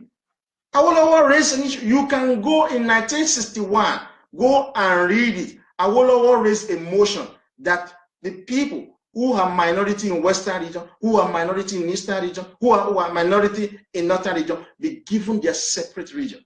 What a good man. But the criminal Zik wasn't thinking like that. He wants to control others. That was why I said in 1949 that the manifest destiny of the Igbo is to rule over others in Yorubaland. That is what the present Igbo youth are still doing. The same mistake of that criminally minded Zik. So, to put the plan into action, on 29 May,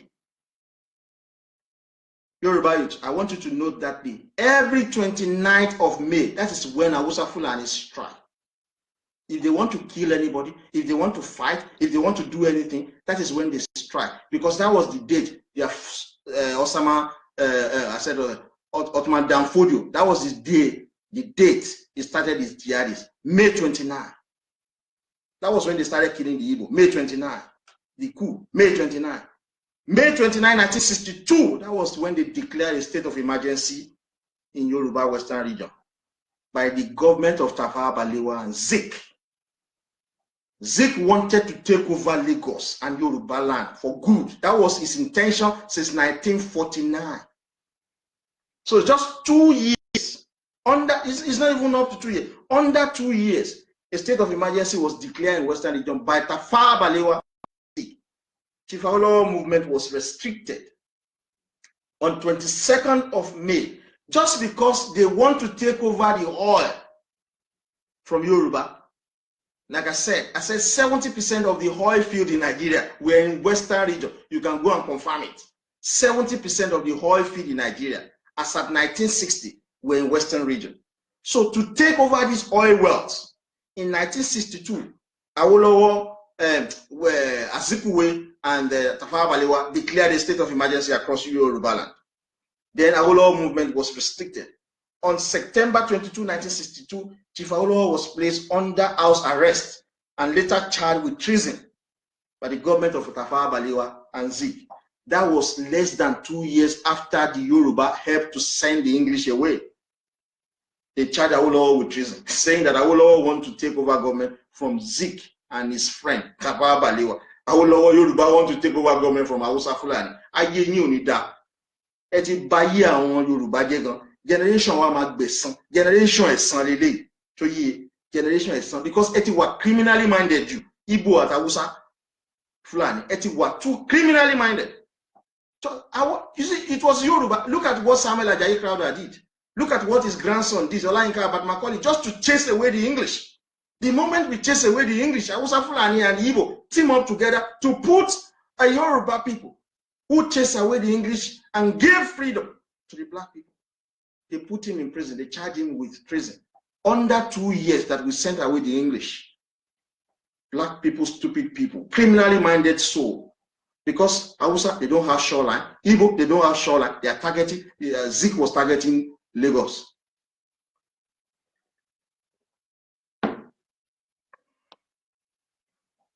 So immediately they did that. To destroy the Western region, they imposed, Chief Akintola was foisted on the Western region government by Tafawa Balewa and Zik. The election of 1963 was won by Alhaji Dauda Adegbenro.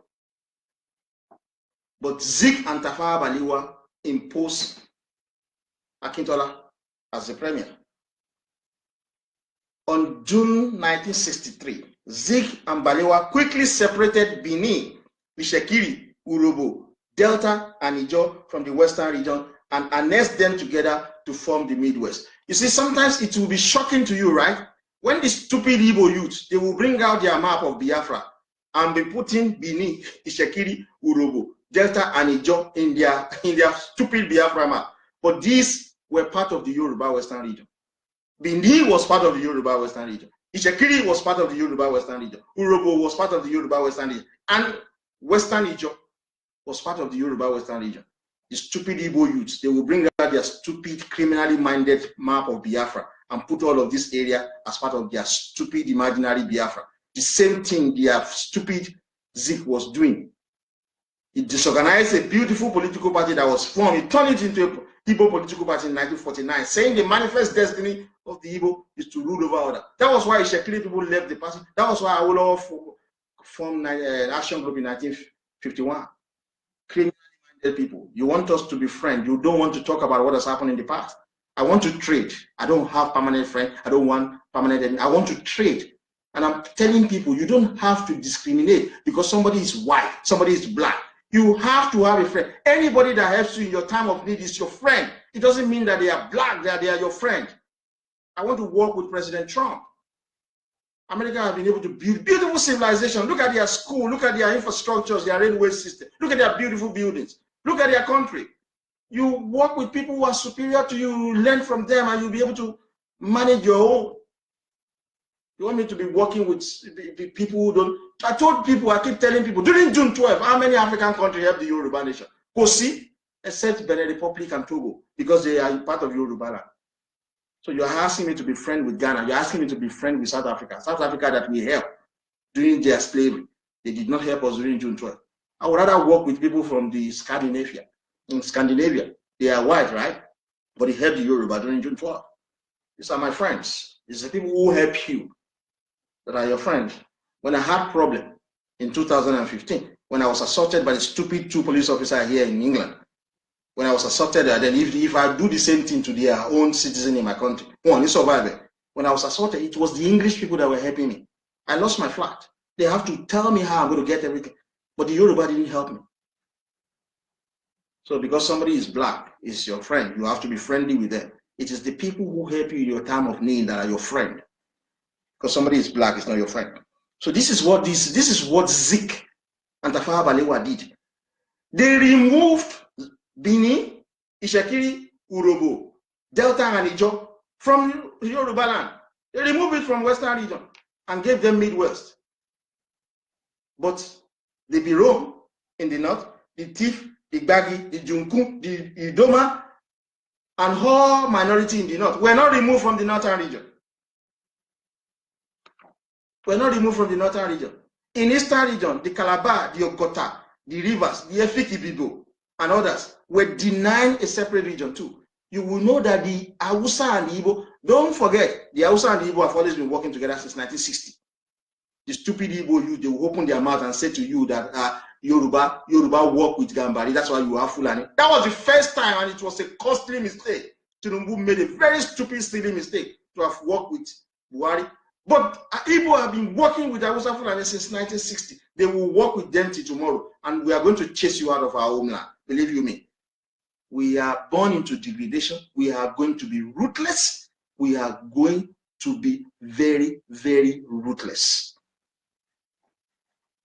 Nítorí pé àwọn Yorùbá yìí tó ti ka oríṣiríṣi tó bá ti ka gbogbo nǹkan náà ti ṣe fún Yorùbá inú á bí ẹ dẹ̀ sọ Yorùbá dẹrú ẹ sọ Yorùbá dẹrú yín. Stupid people. So that was what Zik and Tafawa Balewa did. They removed Benin, they removed Ishekiri, they removed Urobo, they removed Delta, they removed Ijaw from Western region. But in the north, the minority there were not given their own separate region. In the east, the Ogoni, the Ogoja, the Calabar, the Efiki people were not given their own region. You see, this is these two people, Igbo and Hausa, are criminally minded. They were antagonizing the Yoruba because we're great. But we will show you that this generation that you are seeing, we will be very, very brutish. After the creation of Midwestern region from Benin and Delta provinces of the Western region, Zik imposed Osadebe as the premier of the region. He imposed Osadebe because Zik was targeting the oil. 70% of Nigeria oil were in Yoruba Western region. They removed it and gave them Midwest. So the next thing this Zik did was to impose Osadebe as their premier so that the Igbo can control the oil wealth. The Olu of Warri disagreed with Zik and he was dethroned by the premier of the Midwestern region, Osadebe, on the order of Zik. By the way, let me tell you, during the Midwest referendum, you can go and read it. You use your internet. The Yoruba who are Akoko Edo, they voted against being included as part of Midwest. The Shekiri said they want to remain part of Western region where their brothers and sisters are, the Yorubas. But Tafawa Balewa and Zik forced them to be part of Midwest. Criminally minded people. Because Yoruba are not reading anymore, because we are following English Premier League, somebody will wake up and say Yoruba and Igbo should work together. Stupid man, stupid lady. But you don't want to talk about history. Did you know how many Yoruba that were killed in 1963? Because Awolowo was in prison? 1963-64, 14,528 Yoruba. If a terrorist organization should arrest one black American government will not go there. But let them try to take as hostages a newborn baby who is white America. America will go to that country and fucking blow them up. That's how people should do. Because Abiola is not my father. So I should not be concerned that he was murdered by the Hausa Fulani. Because the 14,528 Yoruba that were killed in 1963 by the Hausa Fulani and the Igbo, I should not be concerned because they are not my brother. They are not my family. The same Hausa Fulani shot and killed my elder brother because he refused to give bribe in Yorubaland, Ibadan. Because Hausa Fulani have taken over our police. I should not be concerned about them. So I must form a relationship with people based on emotion. When Jonathan was there in 2010 to 2015, why is it that the Igbo did not support regional government? Why? But you're shouting Biafra now, idiots. You've made a mistake. We have to trash these things out and renegotiate things. I'm interested in doing trading. I want to trade with people. I don't want to have friendship. If you are trading with another country, you won't fight. So if you have something to trade with Yoruba, fine, we will trade with you. But don't tell me to be your friend. When the historical antecedent shows that you are my enemy.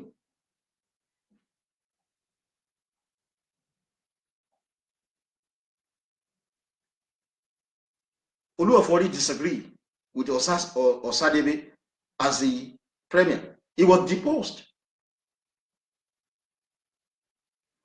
So the first stage of Zik plan to take over the entire Nigeria for Igbo to rule everybody was done.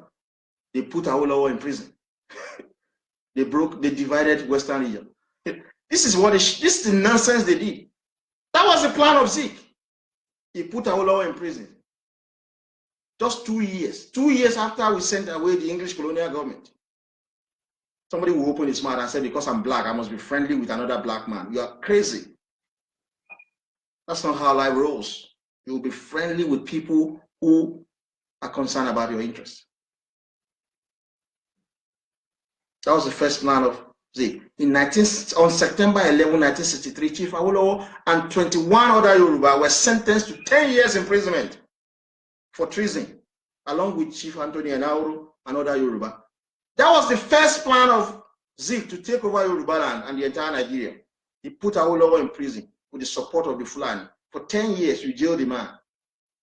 Stupid people. You're saying we must be friends when you do all of this atrocity against my nation, against my people. You take one single white American, let these terrorists you take them as hostages or kill them. White American will go there and blow them up. They will kill them massively. So as Yoruba, so because somebody is not your daddy, somebody is not your mommy, somebody is not related to you, but it's Yoruba, it's been killed by the Hausa Fulani, it's been killed by the Igbo, so you don't want to talk about it. Is that how the white Americans are behaving? Try any shit on an English citizen. The English people will mark you out and deal precisely with you. That is a sign of civilization, folks. It's a sign of civilization. Yoruba, you are too gullible, but I'm sorry to use that word. Folks, I see young Yoruba who are with us now. I'm very, very happy. Now let's continue to expose these evil people. By 1964, the Yoruba masses saw through the machinations of the Hausa Fulani and the Igbo and reacted violently through Operation Welfare. After Awolowo has been taken in prison, then they divided Yorubaland, Western region. They took away Benin, they took away Ishekiri, they took away Urobo, they took away the Jaws and called them Midwest. The Yoruba youth of that year revolted. They protested. They protested on the streets of Lagos, Abeokuta, Ibadan, and other Yoruba cities. Hausa Fulani and Igbo soldiers were ordered by the coalition government of Balewa and Zik to shoot on sight any Yoruba who is protesting the imprisonment of Awolowo. You can type this on your internet. Balewa, he gave an order for the Hausa Fulani soldiers to kill any Yoruba that is protesting on the street. 14,528 Yoruba were killed. If I'm lying, let me tell you something. You know the former governor of Osun State, Chief Bisi Akande, he made a presentation shortly after he was rigged out as governor of Osun State. He made a presentation. I have his book in my library. The library is in my wife's house. I have that book in my library, in which he said 50,000 houses were burned. Over 25,000 people were injured. And we calculated 14,528 people were killed on the order of Tafawa Balewa and Zik. All of these people that were killed were Yoruba. Because the target for Zik is to control Yoruba. He said it in his speech in 1949, that the manifest destiny of the Igbo is to rule over Yoruba and others. That is the same thing as saying, born to rule. Is it not the same thing Fulani has said? Fulani copied everything they are doing now from the Igbo. Believe you me, I'm going to show you. I'm going to show you. So many people don't know. You are talking about Mr. Buhari. Do you know that in 1963, Mr. Buhari was 21 years old? Mr. Buhari had no military training other than a cadet's training. He was a secondary school dropout. But in 1963, he was promoted twice. From second lieutenant, and he was promoted to platoon commander, 2nd Infantry Brigade, Abeokuta, in 1963. This current president, you are talking about Buhari, he was promoted twice in 1963 by Tafawa Balewa, a 21-year-old man. He led the platoon command of the 2nd Infantry Brigade at Abeokuta in 1963. He was part of those who murdered 14,528 Yoruba children, women, and men between 1963 and 1964 because they protested against the unjust imprisonment of Awolowo. Buhari, you don't have the history. My deputy is going to make a speech about that probably very soon. We have every details of Buhari atrocity against the Yoruba nation. Buhari murdered Yoruba people at the age of 21. A 21-year-old Yoruba is following English Premier League. He has no clue why Yoruba is poor. That was what Tafawa Balewa and Zik did to the Yoruba just few years after the Yoruba sent away the English colonial government thought from ruling Yoruba, ruling the Igbo, ruling the Hausa Fulani. Zik is a criminally minded soul. He has one focus: to rule over Yoruba, to control Lagos up to tomorrow. That is what the young Igbos are saying. Very stupid, silly people. They say they develop Lagos. I am going to expose you tonight. So, folks, there was a beautiful relationship these people had. Hausa and Igbo, they were enjoying it. They subjugated the Yoruba nation. They put our leader in prison, killed our children, our women, our men. They killed Yoruba. They control the military. They control the federal civil service. So, I told you in 1959, the agreement Zik and Tafawa Balewa had was that Tafawa Balewa would do one term as the premier. Zik is going to take over. But that didn't happen. You see, this is what is responsible for the civil war. I'm going to show you tonight. By 1966, the coalition government of Hausa Fulani and the Igbo against the Yoruba ended in a bitter struggle for power. Balewa had agreed with Zik in 1959 to do a term as prime minister so that Zik can be prime minister in 1964. However, Balewa reneged on the agreement. He recontested for election, won through rigging in 1964, and was then appointed again as the prime minister for the second term. That was not what the agreement he had with the Igbo in 1959. The agreement the Hausa Fulani had with the Igbo is that you do one term as prime minister, I take over. The first stage of ruling over the entire Nigeria by the Igbo was to put Awolowo in prison. That was done. So Zik was waiting to become the prime minister. Zik was very bitter that Tafawa Balewa reneged on the agreement, and he encouraged the Igbo in the military to take over government from the Hausa Fulani. It was Zik who instigated that coup, the first coup. The Igbo soldiers in the Nigerian armed forces, after they had discreetly exiled their whole leader, Azikiwe was sent to London. He was informed that, look, we are going to strike. So Azikiwe left and traveled to London. Then the Igbo soldiers in the military staged a coup and killed all politicians and military officers of the Hausa Fulani and the Yoruba origin. That was what the Igbo did. You are acting on emotion. That is why people, you think grandson is a very, very difficult man. I read a lot. Toba takara fumi sinu newspaper. Maaka ngoton ko sinu newspaper. Toba takara fumi sinu ewe maaka. Somebody that is reading, you can't easily change his mind. That's what you don't know. My mother would tell me, Timanka, we ask of me, and Itobanka we joke in how happy. That's the truth. If you read a lot, you won't be happy because you will see so many disorganized things. I see why Yoruba are poor. So many Yoruba, you don't see it. I've been trained as an economist to observe phenomena. We observe situation and be able to make almost near accurate prediction as to why things are happening. So many Yoruba, you don't have the clue. I sit my house in England, built by the English. You think my life is going to be better? Is it my country?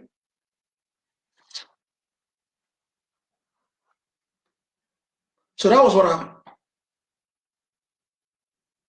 The Igbo military officer, they sent away Zik to London, and they killed all others. They killed all the Yoruba political leaders at that time, and killed all the Hausa Fulani political leaders. No Igbo politician or military officer lost his life. Then the Igbo, through Agu Irosin, who was the Nigerian head of the army, took over power. Agu Irosin took over power. The first thing this guy did, remember when Zik and Tafawa Balewa took over power, the first thing they did was to deny the Yoruba in Ilorin and Kaba division to be part of Western region. The second thing they did was to put Awolowo in prison when Tafawa Balewa and Zik took over. The third thing they did was to divide Western region that belongs to Awolowo.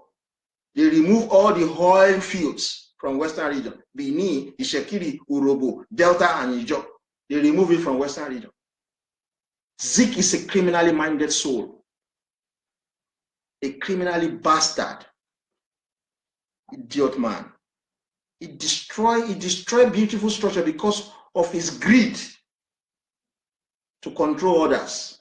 People who tend to control others won't last. That's why the Igbo should be problem. We're going to come to that stage because you live in my homeland. You live in my homeland. And I don't want this nonsense going on for Yoruba people. Yoruba children are dying every now and then. Yoruba pregnant women are dying. Malaria is still killing Yoruba in 2018. Can you imagine that? The best of Yoruba brain are everywhere, scattered all over the world. When our homeland is disorganized, poor, miserable people go to our village, there's no pipe on water, nothing, the roads are bad, and you want me to live in London and say, live in London. A country built by the English. When am I going to build my own country? The first thing Aguiyi Ironsi did was to suspend regional government. The Igbo are criminally minded. That's what I'm telling you. They suspended regional government and imposed the unitary system. Igbo people and businessmen in the north started gloating on the radio and in the newspaper that they were the strongest in Nigeria and the master of all. That was what they were doing after the Igbo have killed all the Hausa Fulani leaders, after the Igbo have killed all the Yoruba leaders. 6 months later, the Hausa Fulani officer planned a counter coup and nearly killed all Igbo officers in the army in one bloody night of the long knife. That was what Hausa Fulani. Yoruba youth, this is what I'm going to call you to. You are stupid. Look at what the Fulani did. The Igbo killed their leader. Hausa Fulani retaliated. If a terrorist should kill one English today, believe you me, white American government will go to that country and kill all of them. That is how civilized people think. Abiola was killed by Fulani, Hausa Fulani. Today, we have not taken a revenge for the killing of Abiola. They killed his wife, Kudirat, but Hausa Fulani killed his wife. But we have not revenged for what Hausa Fulani did. Hausa and Igbo killed 16,000 Yoruba people during June 12th. Yet we voted for Hausa Fulani again. White Americans will never do that. The Igbo kill Hausa Fulani leaders. Hausa Fulani revenge. That is how civilized people do. Yoruba, o kan sọ pé o kàwé ni o ka ọgbọ́n orí. Torí ẹ̀ lẹ ṣe ń ṣerú nílùú òyìnbó. À ń rí gbogbo yín tẹ́ ń kó gbé òyìnbó káàkiri, tẹ́ ń ṣe taxi driver káàkiri, ẹ dẹ̀ ní education tí gbogbo nǹkan tẹ́ ń ṣe nìyẹn. Àwọn churches tí wá tún báyé yín jẹ́. Church yẹn mi ò ráyè wọn ní àtàwọn churches yẹn ní agreement, but ó dà pé wọ́n dà mí. Máa padà wá bá yín very soon. Ẹ dúró sílùú òyìnbó. Igbo murdered all the Hausa Fulani political leaders, including our own leader, Ààrẹ Ọ̀nà Kakanfò, Akintola. Igbo killed him. But 6 months after, what happened? The Hausa Fulani came back and revenged on the Igbo. Yoruba, have you revenged? Because Akintola Okinse family, the Igbo and Hausa Fulani blew up my brother's brain. Yeah, you will see what we are going to do. They blew up my brother's brain. He was 31 years old.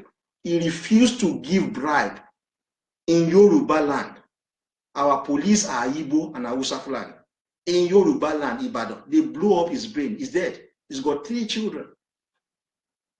I cannot even take proper responsibility for them. Igbo kill Hausa Fulani leader. Hausa Fulani revenge. Hausa Fulani kill Abiola. Today we still voted for Abiola. Olórí burúkú ló pọ̀ jù náà Yorùbá. Try that with white Americans. When one put Trump ní racist or dead. Èèyàn máa pa èèyàn family ẹbí èèyàn ará Yorùbá ní gbẹ̀san. Ní gbẹ̀san. Olóṣì burúkú. Christianity ti da orí yín rú. Kẹ́ máa gbé mat sílẹ̀ kẹ́ máa la agbárí yín mọ́lẹ̀ kẹ́ sọ pé ń coordinate pẹ̀lú Mecca. Tí n bá sọ fún yín pé àwọn English ló create Saudi Arabia, kúkú nígbà mi gbọ́ because ní knowledge. Ẹni tí ò bá ní knowledge ó máa ń ṣerú ni. Wàá rí pé generation mi, we will rule Yorubaland. Eré lẹ máa pè. Bí joke ló máa ṣe jọ yín lójú. Ṣé ordinary AK-47 ni Gàmbàrí ń gbé wá ló fi ń da gbogbo yín láàmú. Ojoojúmọ́ lẹ ń circulate lórí WhatsApp. Gàmbàrí ti pa yín bí o, Gàmbàrí ti pa yín lọ. The same Ààrẹ Ọ̀nà Kakanfò tẹ́ ń bú pé kò lè education lẹ ń pè. Orí yín ti dàrú. Agbárí yín ti dàrú. The same Ààrẹ Ọ̀nà Kakanfò tó ń jà fún Yorùbá at the age of 23 tẹ́ ń kọ oríṣiríṣi terrible things ń pa ẹ̀. Only in people were saved wincing. Hausa Fulani leaders were murdered by the Igbos. 6 months after, Hausa Fulani revenge. That is how civilized people do.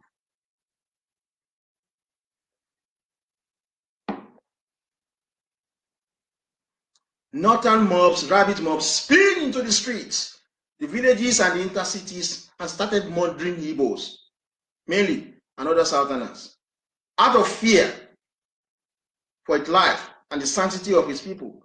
The Igbo ran for cover to the eastern region. That was it. Hausa Fulani revenge. That is how civilized people think. Téèyàn bá pa ẹ́ ní èèyàn tara ẹ̀ wàá gbẹ̀san ni. Tó o bá gbẹ̀san wàá mú ẹ lẹ́rú. Idiot. Obasanjo is out now saying coalition government to come and bring back another Hausa Fulani. Hausa Fulani tó pa Abiola. Ayé Yorùbá youth mama orí yìí mà ti dàrú gan kẹ. Ẹ̀rù òun ló pọ̀ jù nínú yín. Ẹ̀rù ló máa ń bẹ̀rù tó yẹ a máa bẹ̀rù ọ̀gá ẹ̀. Tó bá kàwé débi kan yẹn. You conquer, oh, you bear anything because Otoni mo nǹkan tí mo sọ ẹ mọ̀ pé Otoni mo sọ ẹ jáde lẹ́nu ẹ̀. Èmi ṣe bẹ́ ṣe bí mo ṣe mú ibẹ̀ jẹ́ ń bú mi nígbà táwọn mo sọ náà nígbà táwọn ọlọ́pàá òyìnbó lù mí tèmi bá dẹ́kù tí bá bẹ̀rẹ̀ sí lu òyìnbó ṣe bá àwọn Yorùbá ló máa jáde wọ́n ní òyìnbó ni o máa lù bóyìnbó ṣe ń lù wá lù ẹ nìyẹn nǹkan tí mo sọ tí mo fi win case mi nìyẹn mo sọ fún wọn pé màá lọ Èkó bẹ́ẹ̀ ṣe lù mí 30 mi mọ́lé màá lu òyìnbó tiyín tó wà ńbẹ̀ George ń bẹ̀ mí ni ọlọ́pàá tó nà mí ó resign ó tọwọ́ bọ́ lóun ṣiṣẹ́ mọ́ tó bá ń bẹ̀rù òní ní lọ síwájú àwọn èèyàn máa cheat ẹ̀ so let's just leave that but mo like àwọn English help me gan wọ́n rí pé mo lé ó yẹ wọ́n kọ́kọ́ fi pé you have to show some level of civilization in your way of life. Hausa Fulani murdered Abiola, Ààrẹ Ọ̀nà Kakanfò, and Yoruba still voted for them. But when the Igbo kill Hausa Fulani leaders, Hausa Fulani revenge and kill all the Igbo leaders and kill all the Igbo people. So the Igbo ran off to eastern region. Zikmen thereafter declared war on their friend because Hausa Fulani were Igbo. Hausa Fulani and Igbo were friends. They gang up against Yoruba and put Awolowo in prison. Divided western region into 2. But later they started fighting each other. After they declared their war, they released a map. All the oil well in whole western region were part of their fucking stupid Biafra and Wule. The target of the Igbo is to subjugate all others. That is a statement of fact. There is no Igbo that will speak for Biafra that is only Igbo speaking area. Zig did not do it. When they released their Biafra map, all the western region area are part of their stupid Biafra map. And they made another mistake without tactically carrying along the Yoruba and other ethnic groups who had in total never shown any violent antagonism towards them. It was Hausa Fulani that were killing them. The Igbo killed Yoruba leader, Akintola. He was killed by the Igbo. And I think they killed his wife too. Did Yoruba revenge? No! It is only a slave who will not revenge. If you kill his people, he will accept it. Anybody that is civilized will fight if you kill any of his members. But did Yoruba revenge? No, Yoruba did not. Yoruba did not even enter the war. So after some acrimonious argument, we settled for Aburi Accord. Now let me tell you something. Aburi Accord was not the product of the Igbo alone. It was the product of both the Yoruba, Hausa Fulani, and the Igbo. But it was the English who advised the Fulani, Hausa Fulani, not to accept Aburi Accord because the English want to control the Yoruba resources and the Niger Delta resources. So that was why the Aburi Accord was jettisoned. Aburi Accord is akin to the regional system of government, but it is still unitary. I've studied it. I don't really like what is there. It is still unitary formation. But it doesn't take Nigeria back to the regional government that the Igbo suspended. It accepted the military command to rule over Nigeria. No, the Abuja Accord should have recommended that Nigeria be returned back to democracy, to the system it was. But it established military high command, supreme military commander. And I rejected that. But the English didn't want it to work anyway, because it is going to still have some similarity of regional system of government. So the English were telling the Fulani that, look, the rate at which the Yoruba are going, it will be the best out of Africa. So to suppress us, to subjugate us, the English started working with the Fulani. We are going to work with America. The English, you watching me? We will work with America. Believe you me, because you cannot subjugate my people. Every time you conduct election in your country, you tell black people to return to their country. We want to return to our country. That's why we are telling you, leave Nigeria alone. Let the Igbo go their way. Let the Hausa go their way. Let the Yoruba go their own way. We want to leave your country. Stop harassing us. You voted for Brexit because you want to control your own resources, because you want to control your immigration. Yet every time you open your mouth and say Nigeria will not break. You see, what I had in mind, I had a dream that I'm going to bring 2 million Yoruba women and dump them on the street of London. You can't continue to hold people hostage. You can't continue to subjugate people forever. Every time you conduct election in England, people openly say to us, go back to your country, go back to your country. We want Oduduwa Republic. We want Nigeria to break. So how come the English politicians are saying Nigeria will not break? Then you will continue to take responsibility for our presence. Because we don't even like it. A country where we cannot attain our full human potential. A country where your police are beating people up because of the color of their skin. Is it a country you want people to beat up? A country where I walk into your police station to get help and I was fucking assaulted, I was almost killed? Do you think that is the kind of country that I would like to live in? No. We want you to back out. Back off from Nigeria. Stop supporting the Fulani. You are the one that made Nigeria to be a shithole. Said Nigeria cannot break. You break up, or you voted for Brexit. You're saying that Nigeria cannot break. Nonsense. It was the English that stopped the Abuja Accord, folks. When the Civil War started on the 6th of July 1967, the Yoruba officer never participated in the war. You know, it was like two friends fighting, Hausa and the Igbo. You understand? Two friends were fighting, so the Yoruba backed up. The Yoruba saw the war as a fight between two allies, the Hausa Fulani and the Igbo.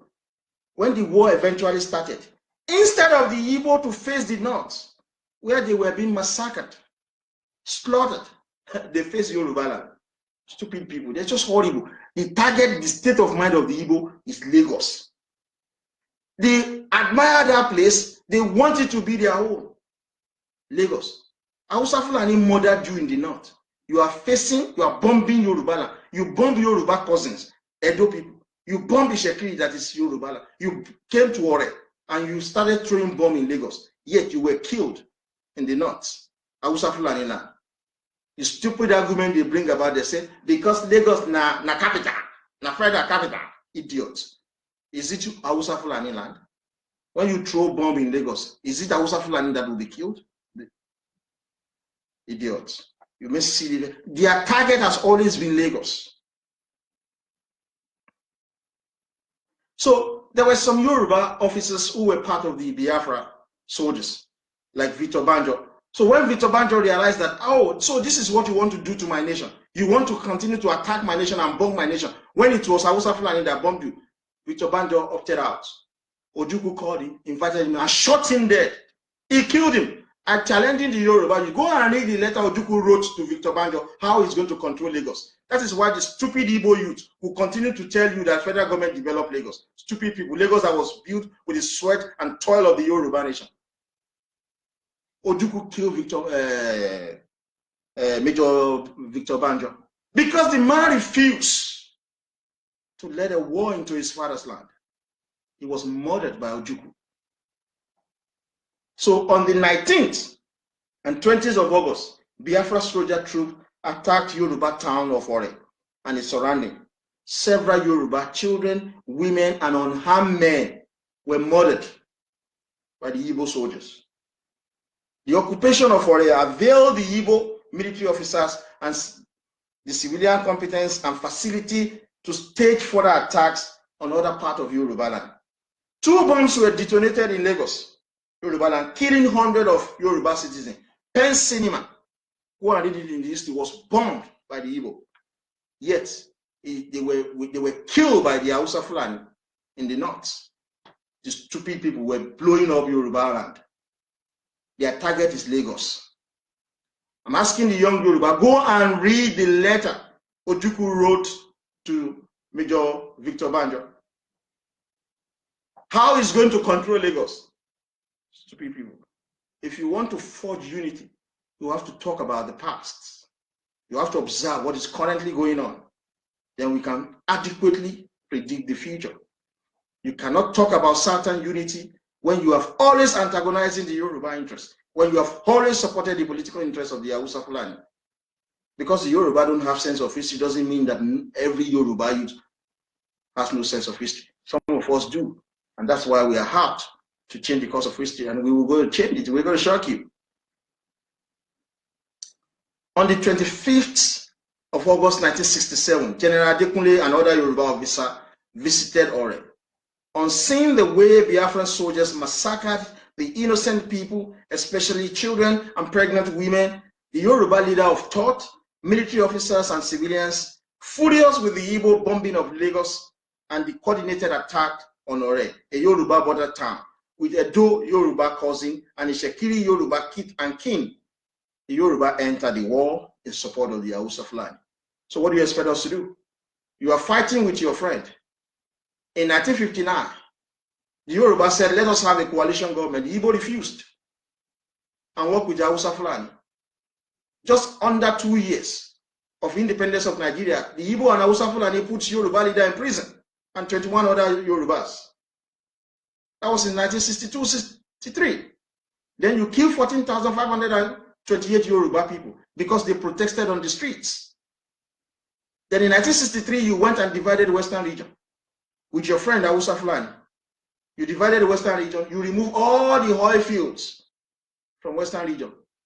So you impose Osadebe on the people you have created a new region for. Thereafter, you and your friend, the Hausa Fulani, you broke up. Your friendship went south. And then you killed the Hausa Fulani leaders. You even killed the Yoruba leaders, but the Yoruba were too stupid that time. They did not revenge. 6 months later, Hausa Fulani revenge and killed your leaders too and your people. You then declare war. But as stupid as you are blowing up Yorubaland. Idiots. Because you want to control Yoruba people. That was what Zeke said in 1949. That the manifest destiny of the Igbo is to rule over all others in Nigeria. So you can't face the North. You are facing Yorubaland. So Yoruba entered the war to defend their homeland. And you were defeated. The Yoruba leader of thought devised a no-food policy in April 1969. And within months, the Biafra surrendered on January 15, 1970. The war started, I think, 1967. The war dragged on for so long. And one man, Awolowo, came up with this ingenuity of no food policy. And in 9 months, the war ended. And I'm going to detail what happened on the issue of the no food policy. The Igbo used to call it starvation policy. The Igbo used to have no sense of history. There's too much propaganda that you have been fed. You will never be your friend, believe you me, if you carry on with this stupid set of propaganda that you see, even though you have professionals who could help to change your focus so that you can think like human being, but you continue to carry on with propaganda. Now let's talk about the no food policy. The Igbo call it starvation policy. The war had lasted for 3 years, and the cabinet of the federal government was concerned why the war had lasted for so long. The supply of weapons and food items to both sides were making money. Therefore, they wouldn't want the war to hand among other parties who have pecuniary benefit in warfare. Obviously, it happens. When you go to war, you fight. You need weapons, you need food. That was why I appealed to some ladies. They're very fine ladies, young ladies. I appealed to them that they should form the Yoruba Red Cross because we're going to go to war. I don't know whether they've done it or not because people will need relief materials. So the Yoruba throughout the world can donate because we will take over our port, we will take over our waterways, we will take over our airport. Believe you me, it will happen. A time comes when people say, I don't want to be slave anymore.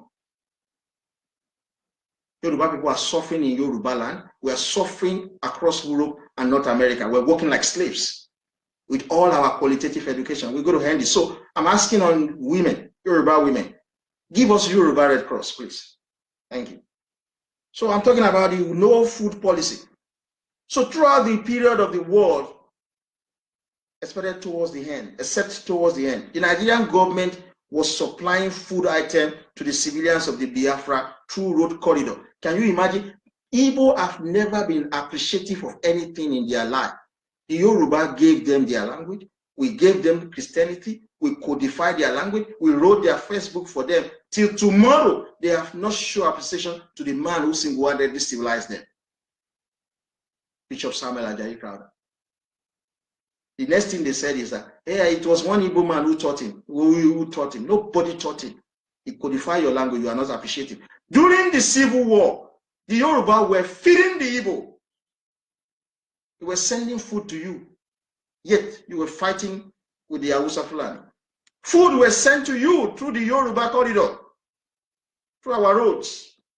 We're sending you food. You have never been appreciative of anybody that do you good. It is people who have constantly been killing you that you have been supporting politically. That's why you've been voting, supporting Hausa Fulani since 1959. There were other international organizations like Red Cross and World Church Body who were also distributing food for the same. When Owerri was liberated in April 1969, Awolowo volunteered to go there. When he got there, he saw people, mostly children, who were like skeletons, suffering from malnutrition. Then he found out that the food items that Nigeria had been sending to the civilian were seized by the Biafran soldier for their own use. This is what Awolowo found out. We were sending you food, Igbo. Igbo youth who have no sense of history. They just put propaganda, stupid idea on your head. You started rolling with that stupid ideas. The Yoruba were feeding you, even while you killed our leader, Akintola. We did not revenge. We were feeding you during the Civil War. But when Awolowo got to your area, he realized that all the Biafran soldiers have seized all of the food. And the people, the civilians, were not eating. So the Biafran soldiers were eating, well fed, so they will have the strength to fight. So that was why the war went on for so long. Conclusively, the war had lasted for so long, partly because the Biafran soldiers were feeding on the food that were made for the civilians. Awolowo advised that the supply of food items should be stopped. That is what a reasonable person would do. I'm challenging the Igbo youth. I said something to you. In 1957, the English gave the 3 regions one simple offer. When do you want your independence? The Yoruba said 1957, they want to go. Hausa Fulani said they are not ready for independence. So the English asked the Igbo, what is the option? Stupid, criminally minded Zik. He said that he will wait until the Fulani are ready. Hausa Fulani are ready. Can you imagine that? You are a slave. You've been slave for years. Your master is saying, I want to give you freedom. You say, I'm going to wait for Mr. B to be ready too. Is that naturally possible? It is not. So the stupid Igbo youth still believe in this age that if you declare a war against a people, the same people must send food to you, must feed you. So you are holding Yoruba to ransom because your food was stopped.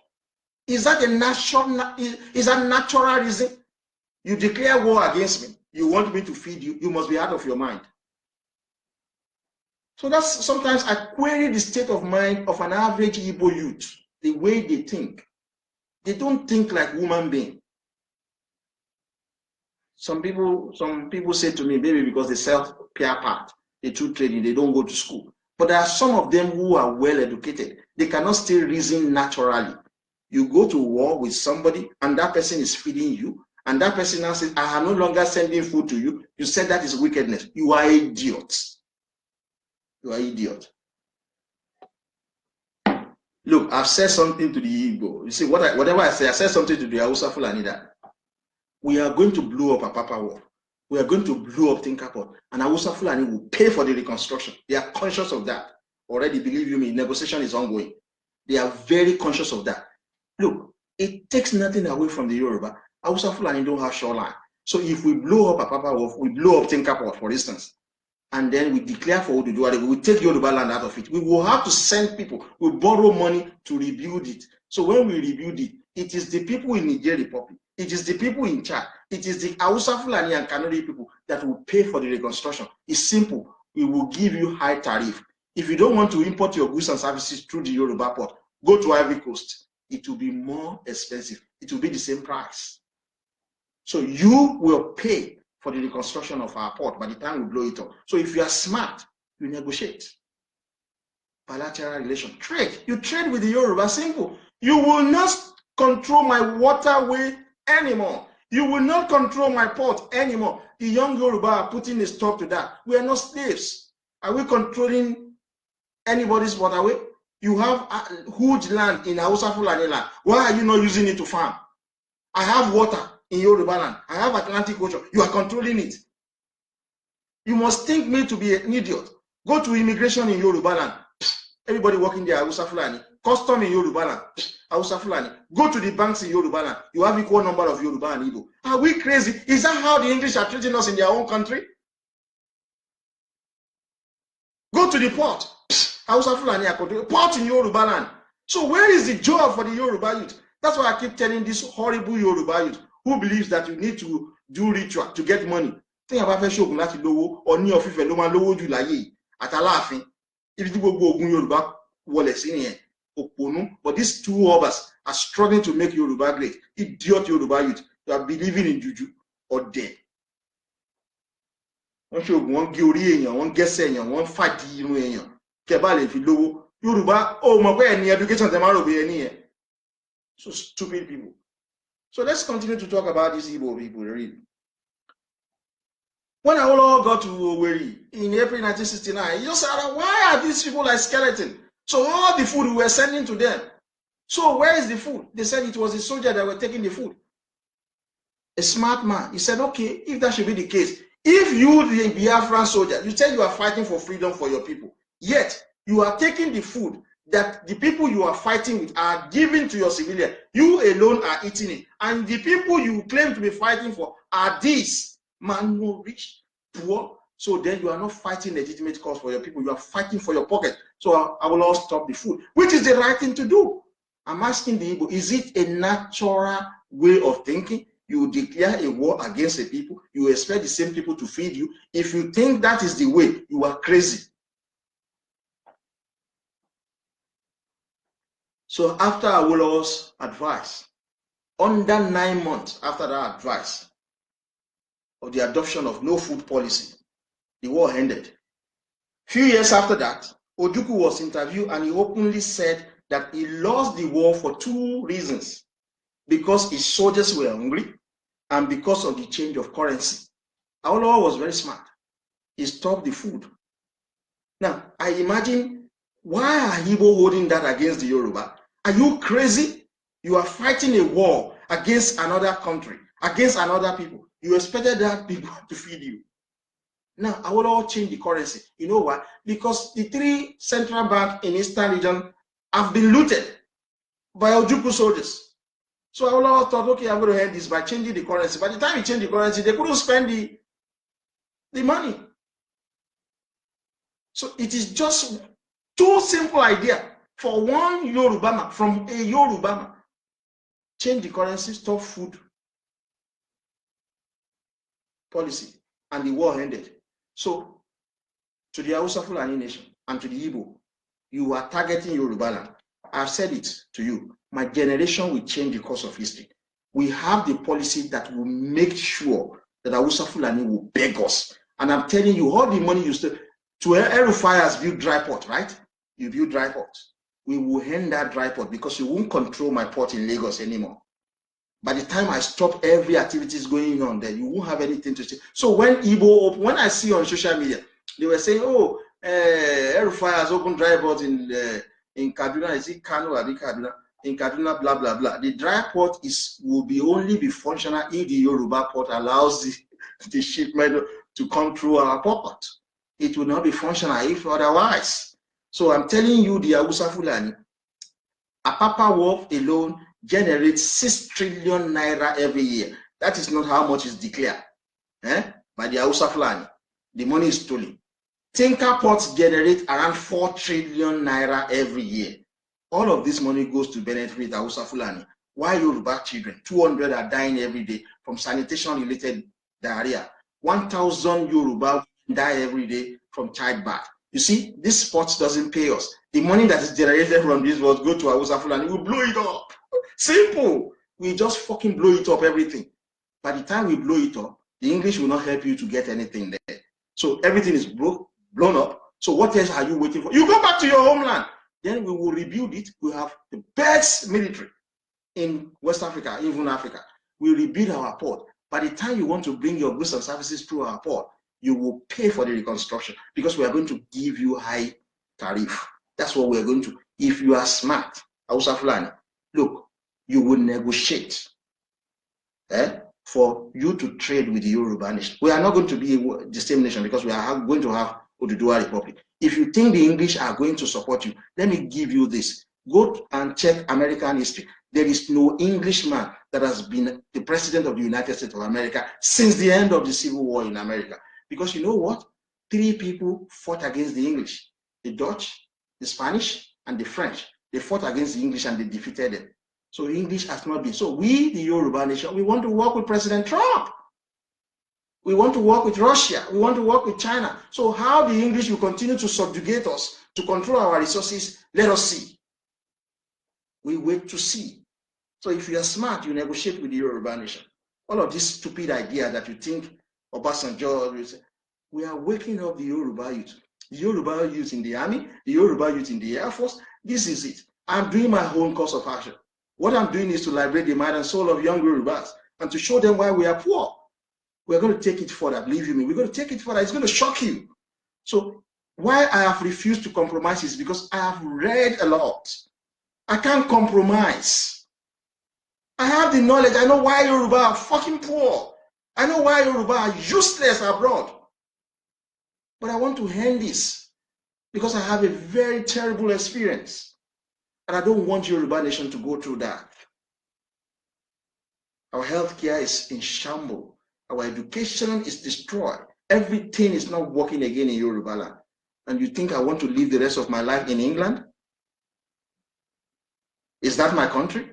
I am not indigenous to that. I respect the English people. They have built their country, even though they have stolen from other people. But they have been able to build a fantastic civilization. I want to do the same thing for Yorubaland.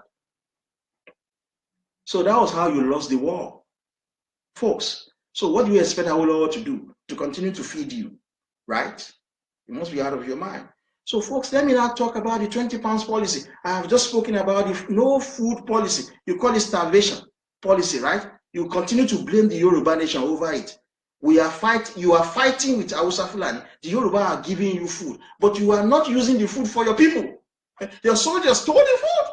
The Yoruba has said, okay, no food anymore.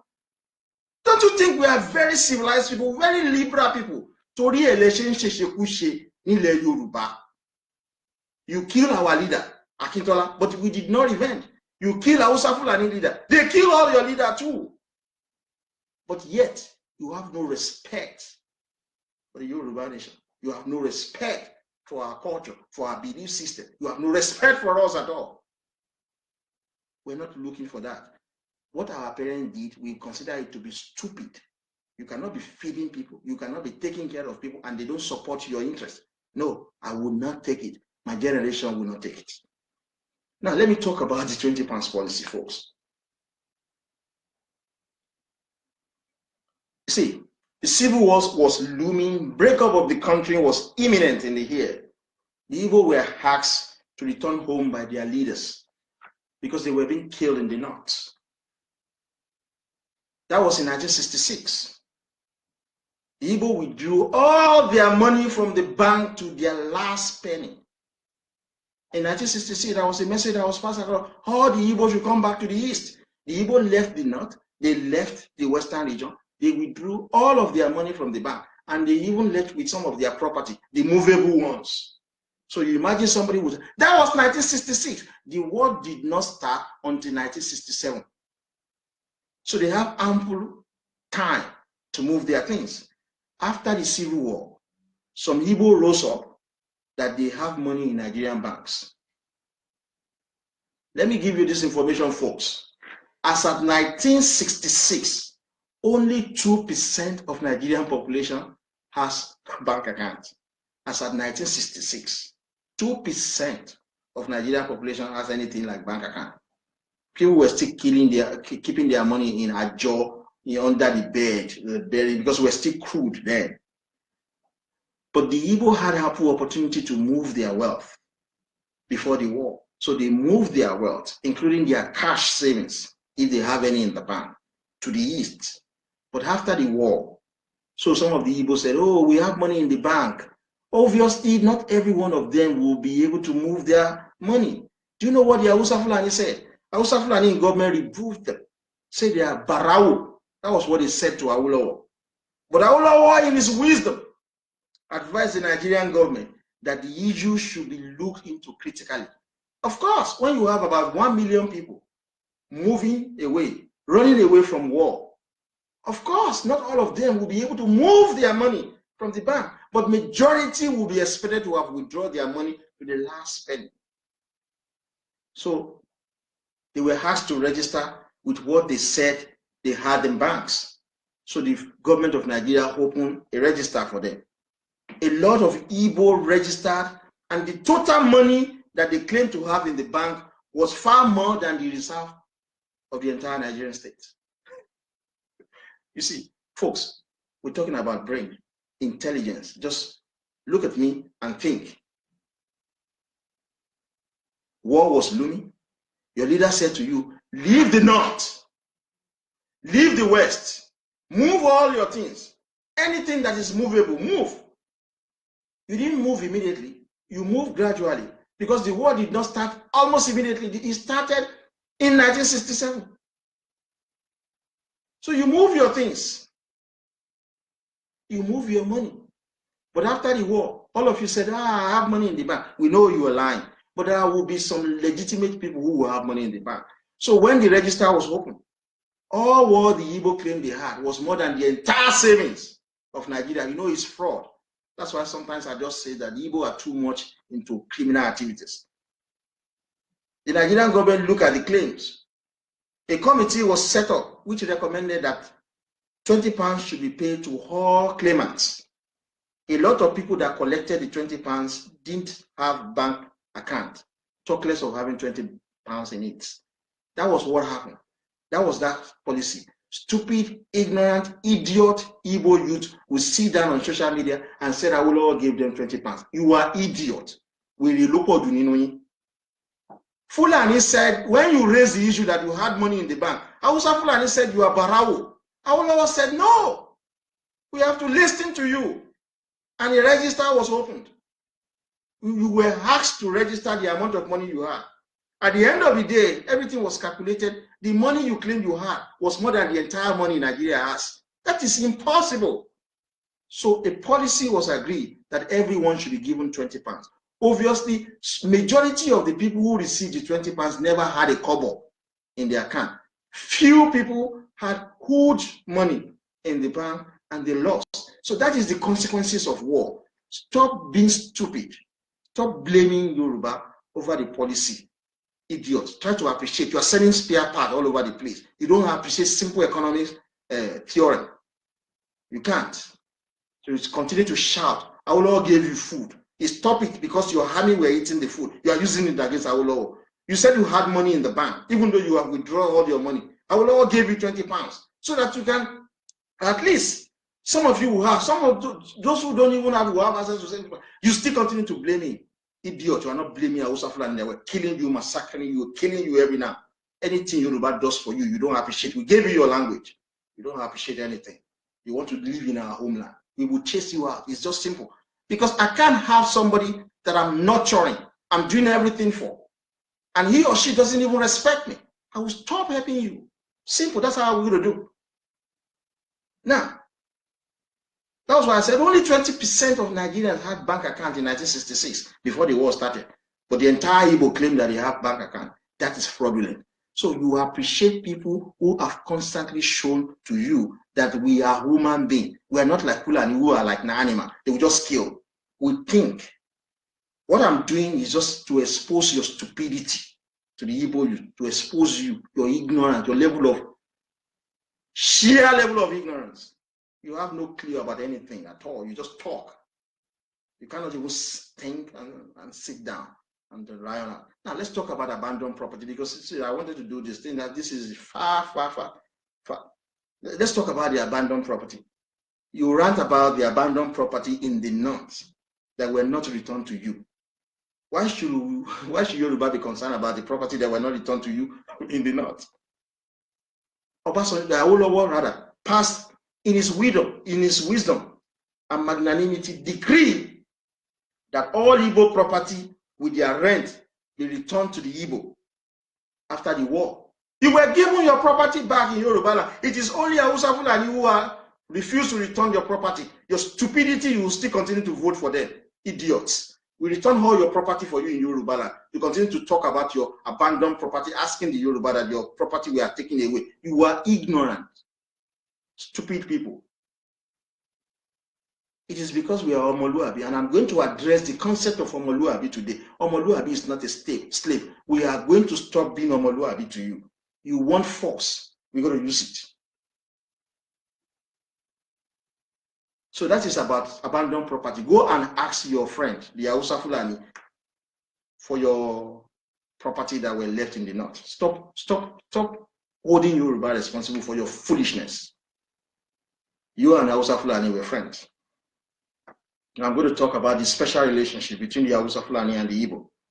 The Igbo sees the Hausa Fulani as their natural ally in Nigeria. So, like I've explained, in 1960, Zik was made ceremonial president under Hausa Fulani. In 1963, Zik and Balewa imprisoned Awolowo and 21 other Yoruba on a phantom coup for treasonable felon. You have always been working. This is the special friendship you have with Fulani. Stupid Igbo. You continue to blame Yoruba for voting for Hausa Fulani in 2015. That was our first, and it's going to be our only time. But you have always been doing. I'm reading in 1960, you work with Hausa Fulani. Zik was made ceremonial president. In 1963, you team up with Hausa Fulani, you Igbo, to imprison Awolowo for 4 years, for 10 years. In 1964, the coalition government of Zik and Balewa ordered a shoot-aside order against all the Yoruba youths. You killed 14,528 Yoruba youths in 1963-64. That is what we have done. In 1966, Aguiyi Ironsi destroyed the regional system of government and introduced the unitary system that favors the Hausa Fulani and the Igbo. That was what you did. So let me stop from 1966. I'm talking more about the civilian. We know what happened in between 1966 and 1979. But in 1979, Awolowo deputy was an Igbo man. But you did not vote for Awolowo. You vote for Shehu Shagari, a Fulani. You made him president of Nigeria. And him and Alex Sekweme, you think we don't know history, right? You think we are idiots. You said, Yoruba, you are the one that voted for Buhari. You return out to this shit. Idiot. You have always been voting for Buhari. Stupid people. Very corny people. You have no respect for people who are helping you. And we are going to chase you out of Yorubaland for good. That is the same experience we had in England. The English people will always tell black people, go, leave us, leave our country, blah, blah, blah. We will do the same thing to you. I'm going to talk about something that's going to shock you. So you voted in 1979, you voted for Shehu Shagari. There were about 1 million people, Igbo, unaccounted for, displaced, mined, or killed during the Biafra War by the Hausa Fulani. But Ojukwu, the man who led the Igbo into the war, later came back from exile and supported the political interest of the Hausa Fulani from 1979 to 1983. Your leader, Ojukwu, after Hausa Fulani kill you, Dada, he came back from exile and was working for Hausa Fulani. You open your mouth and say Yoruba are working for Hausa Fulani. Yoruba have never worked for Hausa Fulani. We made a mistake in 2015. We are going to correct that mistake now. But you have always been working for them. You are foolish. From 1983 to 1999, we have had Buhari, Babangida, Abacha, Abu Salam, Northern government in power. Throughout this period, the Igbo people were strong supporters of all this government. You are always supporting all you Sokali, Bogoyi, Bojeman support Fulani here, criminal people, because you are targeting Lagos. You think a generation will not come and fucking mess you up and fucking deal with you. You think we are not going to come. In 1993, you Igbo, you voted for Tufa, a Fulani, against Abiola. The election result of 1993, June 12, 1993, is in the internet. Search it. It's going to give you the result. It's going to give you the result. Just search. I've seen some of the Igbos you're writing. I don't really focus on your comment. In 1993, you voted for Fulani. You did not support Abiola. Yet, Hausa Fulani have been fucking killing you for years. I'm not telling what all half of your population lives in Yorubaland. You don't support Yoruba political interest. In 1999, when Hausa Fulani brought out Obasanjo from prison, after they had murdered Abiola, Igbo, you voted for Obasanjo massively against Yoruba preferred candidate Olufalaye. The Yoruba wanted Olufalaye to be president.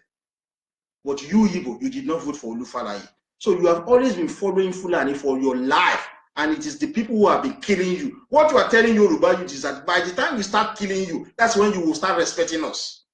That is the implication of your stupid and silly action. In 2007, you supported Yaradua, Igbo, yet another Fulani. In 2010, the Yoruba, through the doctrine of necessity, ensured Jonathan was made the president of Nigeria after the demise of Yaradua. In 2011, the Yoruba again ensured Jonathan was elected as president of Nigeria. However, Jonathan administration was immediately taken over by the Igbo, where Yoruba were relegated to the background.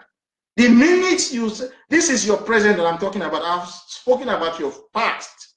Your present atrocity against the Yoruba nation started from the Jonathan administration. We made Jonathan president in 2010 when the Hausa Fulani said that he will not be president. The Yoruba fought for him to be president. Then in 2011, you remember what Tinubu said? Jonathan Leni, Fasholani Tuesday. That was the simple singular instruction Tinubu gave to the Yoruba. We voted for Jonathan in 2011. After that, what happened? You took over Jonathan government. He put all Igbo there. He turned it into Igbo government. You are criminal. You are criminally minded. That's the same thing Zik did. You have been criminally minded against the Yoruba nation. We codify your language. We gave you Christianity. We gave you your language. We gave you everything. Half of your population are living in Yorubaland, but you have constantly supported Hausa Fulani, stupid people. You continue to open your mouth and say Yoruba bought Buhari. It was our mistake, and already we have already addressed it. Have you ever addressed anything? You are criminally minded. You've always been targeting Lagos. You took over Jonathan government. Throughout Jonathan 5 years, regional government, you declined. You did not argue for regional government. Regional police, you refused. Regional regimental armed forces, you objected. Regional court system, you denied. Regional civil service, you ignored. When your man was there, Jonathan, why is it that Jonathan didn't return Nigeria to regional government? It was your government. Jonathan government was predominantly Igbo government, and you messed up. You chased away the Yoruba from power. You took over every position. Idiot, you are not saying that because Fulani are fucking messing up everything, Yoruba should work with the Igbo. You think that is how a national interest is formulated? I am a leader. I'm a politician, by the way. It is you, Igbo, who gave me the name. You call me activist. I've always been a politician. That is not how a political leader would think. I think based on emotion. I should be friendly with the Igbo. I have to look at the historical precedent. I look at what is happening currently, and I will be able to predict the future as per what you are going to do. You have been very wicked against the people that have been helping you. Nothing works under Jonathan that can get us regional system of government that we wanted. Igbo were in power under the sham unitary system and control the state. You control everything. You control the military. You control everything under Jonathan. But what have you returned for it? 4 months to the end of Jonathan's 5 years presidency, you organize a sham national conference.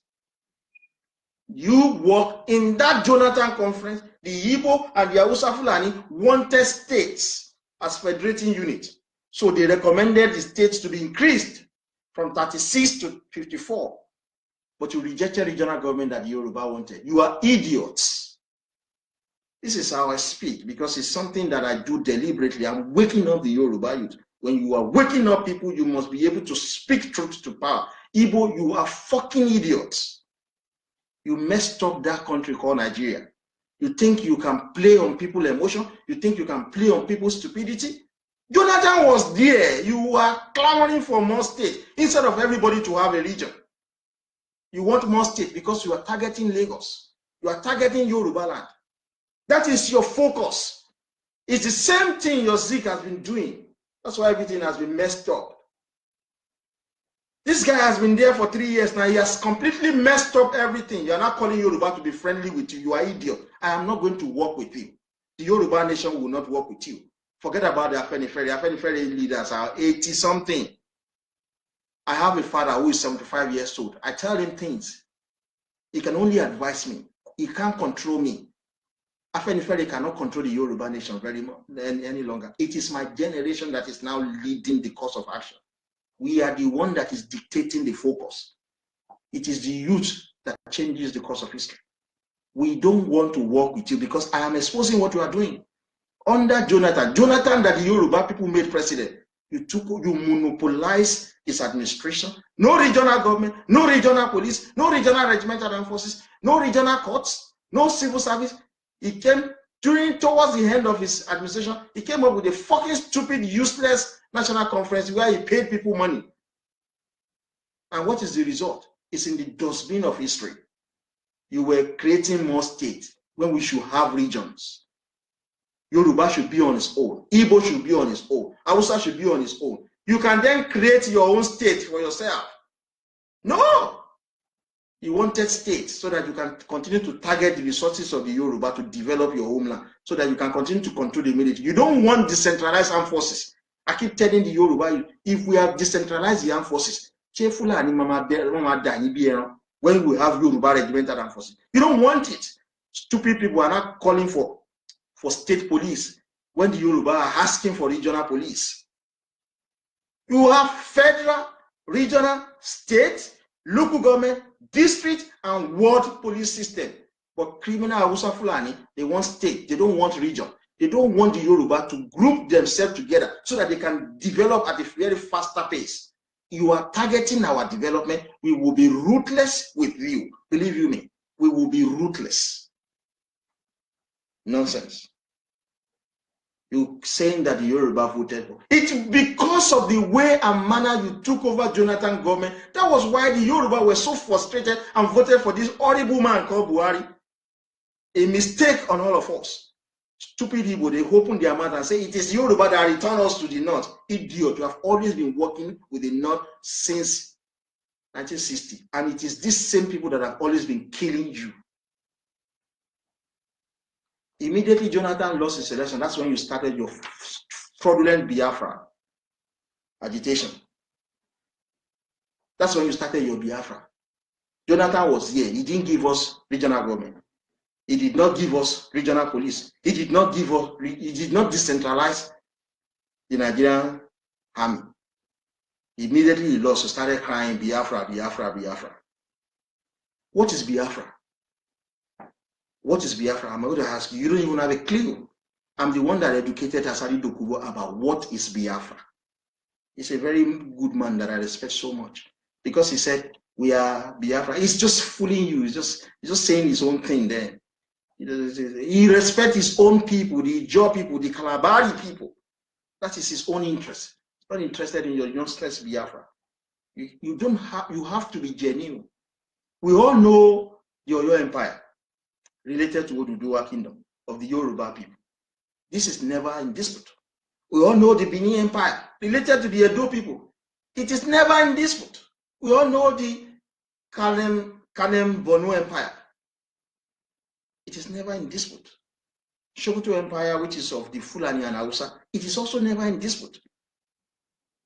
Have you ever heard of Igbo Empire before? No! You can talk about Inri Kingdom. Igbo has no empire. That's the reality. The agitation for Biafra is fake. You want non-Igbo land. You want Ijo, Edo, Urobo, Ishekiri, Ogoni, Efik, Ibibio land to be part of your Biafra. You know what I said to you? 70% of Nigerian oil field, as at 1960, was within the western region of Nigeria.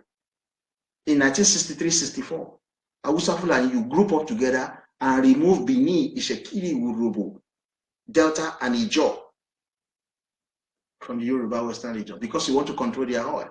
The moment you remove that, you put Osadebe as the leader of the Midwest.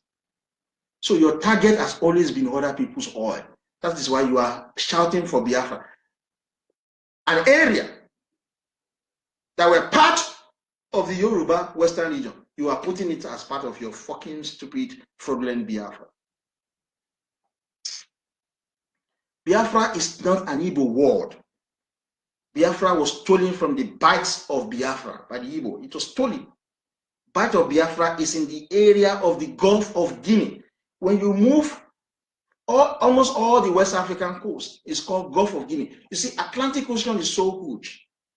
So it is not divided into different segments. One is Gulf of Guinea, which is almost the entire from Liberia down to Gabon. That is the Gulf of Guinea. The Gulf of Guinea is further divided. You have the Bight of Benin and the Bight of Biafra.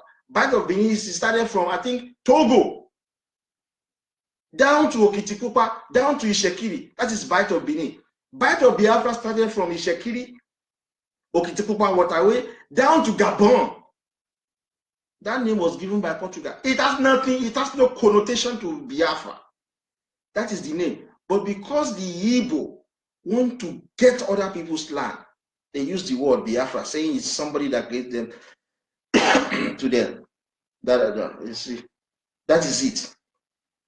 Bight of Biafra is within Nigeria, Cameroon, Equatorial Guinea, and Gabon. And there are other small island Laos, Sao Tome, Principe, Lopez, Bioko, Bombom Island. These are all within the Bight of Biafra. It is the name of part of the Gulf of Guinea. It has no meaning in Igbo land. Stop annexing, grabbing other people's land. Biafra is not synonymous with Igbo. There's nothing like Biafra but Bight of Biafra. So if we must be genuine, you and Hausa Fulani, you remove Benin, Ishekiri, Urobo, Ijo, and Delta from Western region, and you put them as part of your stupid fucking Biafra. Because you are not genuine. Awolowo in 1961 raised the issue that the minority in each of the region be given their own identity. But you don't want, up to today, 2018, the Igbo youth is still doing the stupid fucking mistake Zik made by trying to corner other people's land. You think people will not start talking? Now let me quickly talk about the Igbo in Yorubaland. It is shocking that the Igbo have always refused to support the political interests of the Yoruba people since 1966, or 1960 rather. You have always, I'm very agitated because I don't just like the idea that you have a people that we have so accommodated, but they have never supported us politically. They have never supported us politically. They have always been supporting people who are killing them. The Hausa Fulani, who are killing you. Yet half of the Igbo population live, work, and get an education in Yorubaland. Starting from Surulere to Badagry, every major suburb in between is highly Igbo populated. From Koka Aguda axis to Ajegunle on the left and Ajawo Isolo Okota on the right, down to Amuwo Odofin, first tax satellite town Ejigo, Ikotun, etc. are Igbo dominated. Cross to trade fair and consider all neighborhoods left and right between trade fair and Alaba International Market are Igbo dominated. Move over to Ojo local government, Ajangbadi, Iba Estate, Okokomaiko, Afro Media, Agbara Estate, and all residential neighborhoods down to Badagry are all Igbo dominated. These places mentioned above are at least 1/4 of Lagos State, and the population is at least 75% Igbo. Return to Ikeja side, especially on Mole Estate, Phase 1 and 2, Magodo, Oworoshoki, Lekki, Aja, etc. This area have at least 50 to 60% Igbo residents. You live in my homeland. You live in Yorubaland. Yet you have never supported our political interest for 1 minute. Every time you open your mouth and be voting Awusa Fulani every now and then. Because we made a mistake in 2015 and elected a very ruthless man in Buhari, you continue to antagonize the Yoruba nation. You have been voting for the Awusa Fulani since 1960 to subjugate the Yoruba nation. You think people don't have sense of history? Continue to abuse me. You will see what the Yoruba youth will do with you. By the time I shock you of what I'm going to say next, you will see. You will see that we are well sophisticated. Igbo claim Lagos as a no man's land. Right? This is what they say. You said Lagos is a no man's land. This is reminiscence of what the Japanese did in America in the 1940s. I will show you now. We know what the history is all about. When the Japanese were shouting all over America that they develop America, we develop America, they are doing the same rubbish the Igbo are doing in Yorubaland. Half of Igbo people live in Yorubaland. Half of your population, you continue to shout, abuse our obas, abuse our governors, abuse our political leader, denigrate our religion, go on Wikipedia trying to change our history. You criminally minded people. It's the same thing the Japanese were doing in America in the 1940s. President Roosevelt of the United States of America authorized the internment of all Japanese American ancestries and resident aliens from Japan living in the United States. Roosevelt Executive Order 9066, dated February 19, 1942. I'm challenging you to go and read it. Gave the military the broad power to ban any Japanese from a 50 to 60 mile wide coastal area stretching from Washington State to California and extending down into the southern Arizona. The same shit, the same rubbish you are talking against the Yoruba nation, you Igbo. That was how the Japanese were doing in 1940s in America.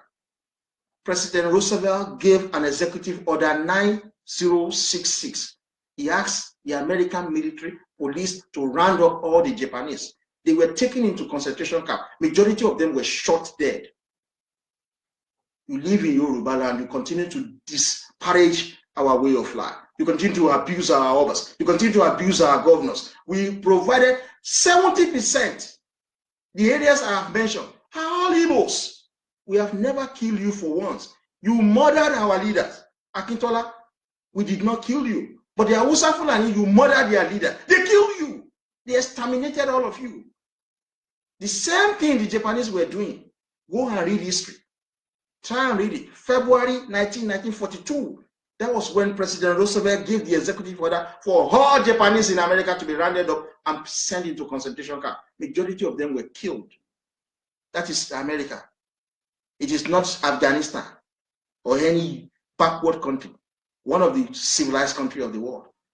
We are going to give you the same treatment, Igbo. We will give you the same treatment in Yorubaland. The time has come for you to stop supporting the political interests of the Hausa Fulani. You cannot be living in my homeland and be antagonizing me. I will chase you out of my homeland. That's what America did. Fulani killed you. I'm going to talk about the history of massacre. How Fulani have been killing you, but every time you go about to support political interests, stupid idiot, Igbo youth, you are already propping up Atiku to come and replace Buhari. Idiots. In my own homeland you live, half of you, I'm going to chase you out.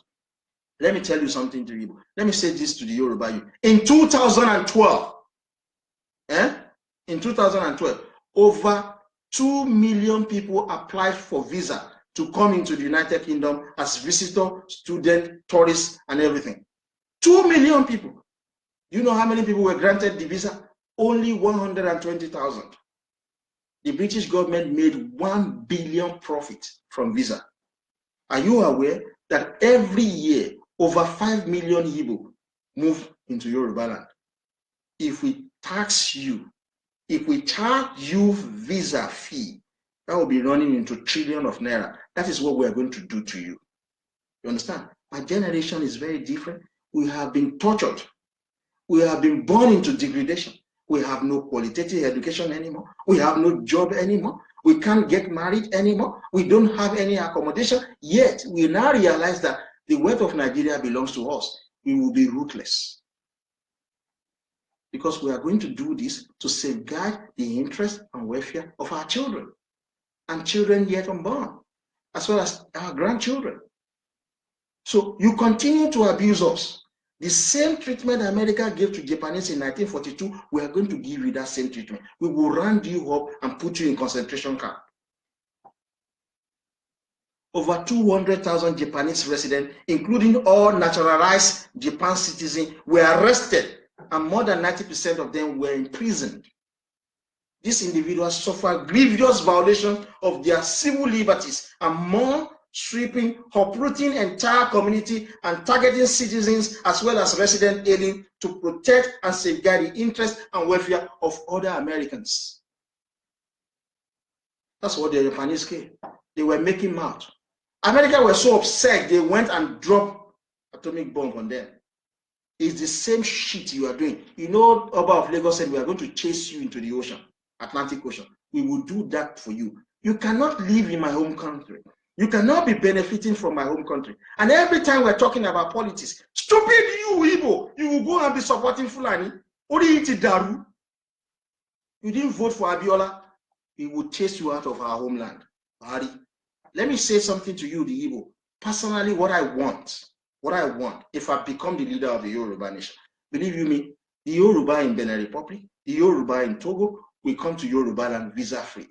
The Yoruba in Brazil, Cuba, Puerto Rico, Trinidad and Tobago, they will travel to Yorubaland without visa. But when they get to Lagos International Airport, that's where we are going to give them 3-month tourist visa or anymore. So we get some change from them as well, so that they can come down to Alafin or Onis Palace to come and see some of our museum. But you, Igbo, you're going to pay. You will pay visa fee. I'm going to make more of you because you are very stupid. We help you. You kill our leader. We have never killed your leader. We educated all your leaders in our homeland. Every time we talk about politics, you always go along with Hausa Fulani that are killing you. Are you crazy? Because you want to target Lagos. Because you believe if you work with Hausa Fulani, you easily get control of Lagos. I'm coming. I'm coming. So you lack sense of history. That's what I'm telling you. I'm telling you history. That is America that I'm talking about. Go and read. The Japanese in America were rounded up, they were in prison, and majority of them were killed because they were doing the rubbish you are doing in Yorubaland. That is history. I'm telling you, since you don't read, you don't want to read, you think everything that is happening in the world now is new. There's nothing new under the sun. So all the nonsense you are doing, you do not stop. I'm not asking you to stop abusing us. I'm asking you to support the political interests of the Yoruba nation. If you don't want to support our political interests, leave our homeland in peace before we bounce on you. That's the same thing the English will tell you when they are doing election. They tell black people, go back to your country. We will give you the same treatment, the Igbo. I'm telling you. Now, let me remind you something. Let me remind you something, the Igbo. Your history of Hausa Fulani killing you. In 1945, you were killed in Jos. You were massacred. Kano in 1953, 1966 massacre in the north. Kano in 1980, Maiduguri in 1982, Jemita in 1984, Gombe in 1985, Hausa Fulani killed you. Zaria in 1987, Kaduna and Kamfasha in 1991, Bauchi and Katsina in 1991, Kano in 1991, Zango Katamfa in 1992. Gambari are just killing you like cow, like flies. Funtua in 1993, Kano in 1994, Kaduna in year 2000, Kaduna again in year 2001, Maiduguri in year 2001, Kaduna in year 2002, post-April 2011 presidential election, when Buhari lost that election. You remember? You were killed. You were massacred. Igbo, they killed you. Mumbi, January 6, 2012. I decided to end that research there. I've not bothered to go further what happened to you in 2013. But every now and then since 1945, Hausa Fulani have been killing you. You are so hopeless. You are so horrible, so fearful of Hausa Fulani. You have always been fighting them since 1960. So what you are telling the Yoruba youth is this: we give you the Americans treatment, the same treatment the American meted out to the Japanese, or we give you the Hausa Fulani treatment before you will then learn to respect the Yoruba, because you don't want to respect us. How can you live in my homeland? How can you have the best of facilities in my homeland every time you go against me? It doesn't make sense. It doesn't make sense. Let me talk about the concept of Omoluabi to the Yoruba youth. You see, there is this argument which I have refuted time without number. There are two arguments. I have given you the treatment of America to the Japanese and what Hausa Fulani are doing to the Igbo. I'm going to talk about sex and relationship, marriage. Then I'm going to talk about election. You see, I'm going to talk about election. I'm not talking about election of black people in America and in England. This is what the Igbo used to say. They have a right in Yorubaland. I will shock you because you don't do research, because you don't have sense of history. You don't know how the war rose. You don't know. You see Mandela as a hero because he sent away the English and the Netherlands. Because Awolowo denied Zik from ruling Yorubaland, you said Awolowo is tribalistic. You talk about tribalism. You can't just pick and choose. You understand? Let me not talk about the concept of Omoluabi, but that is not really the intention here. There's an idea that because Yoruba and Igbo are having sex together, we are married to each other, we are friends. People are very funny. When it comes to liberty, war, and freedom, sex, marriage pales into insignificance. The Queen of England, she's married to Prince Philip, a descendant of the Danish German house of Slegers, Holstein, Stonderborg, Glockborg, whose families have provided best scope royalty to Denmark, Norway, and Greece. Philips born Prince Filippo of Greece and Denmark on June 10, 1921 in Corinth. He, Prince Philip, has a lot more German than Greek blood and does speak German. That is the husband of the Queen of England. Nevertheless, the Queen, his wife, and the head of state of Britain and the commander-in-chief of its armed forces declare war on her husband's homeland, Germany.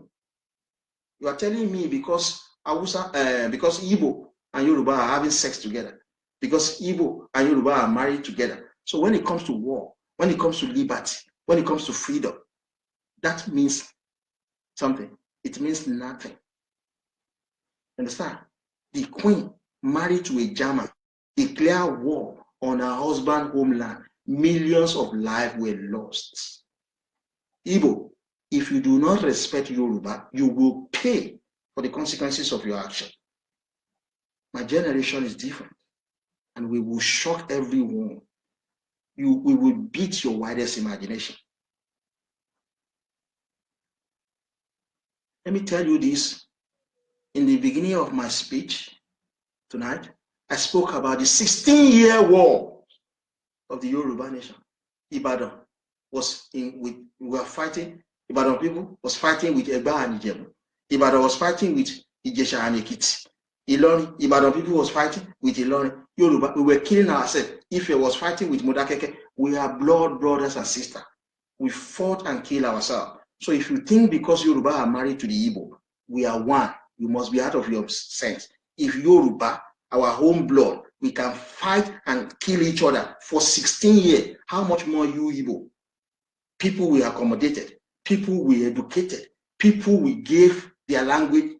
We gave you your language. We codify it for you. We gave you Christianity. You will come to my homeland and denigrate us. You will come to my homeland and abuse us. You will come to my homeland and talk nonsense against us. When it comes to politics, you will go for Fulani. Emma Jegba. Emma Jeja. I'm telling you, Yoruba fought 16-year war. We were killing each other. We won't blink an eyes to attack you. That is what the Oba of Lagos said to you. Chase you into the Atlantic Ocean. Tomorrow, if the English should come and give Igbo some concession, Igbo will kill Yoruba. That's a statement of fact. You will kill Yoruba if the English come and give you some concession. You will kill us. So we know what's up. So don't think we don't know anything. If allow you to come to our homeland unregulated, Edo people will wake up on the wrong side of the bed and claim Lagos State. Whenever one of Hausa Fulani leaders is upset in the north, they will threaten to bomb Lagos State. During Jonathan's presidency, he just bombed Lagos State.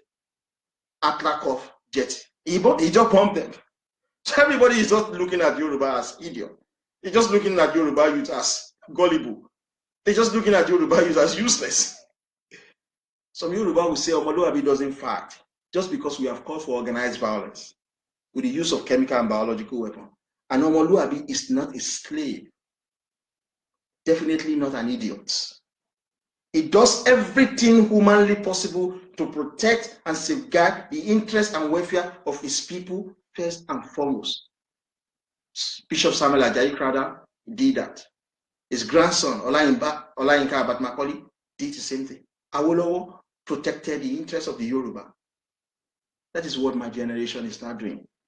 It was our father, my father and your father, they were the one that messed up Yorubaland, that allowed the Igbo and Hausa Fulani to overrun us and reduce us to slave in our own homeland. My generation will be very, very brutal. We will change the course of history.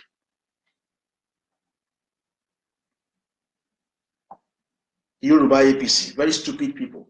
For electoral vote, they made Igbo commissioners and Iyalode in Lagos State.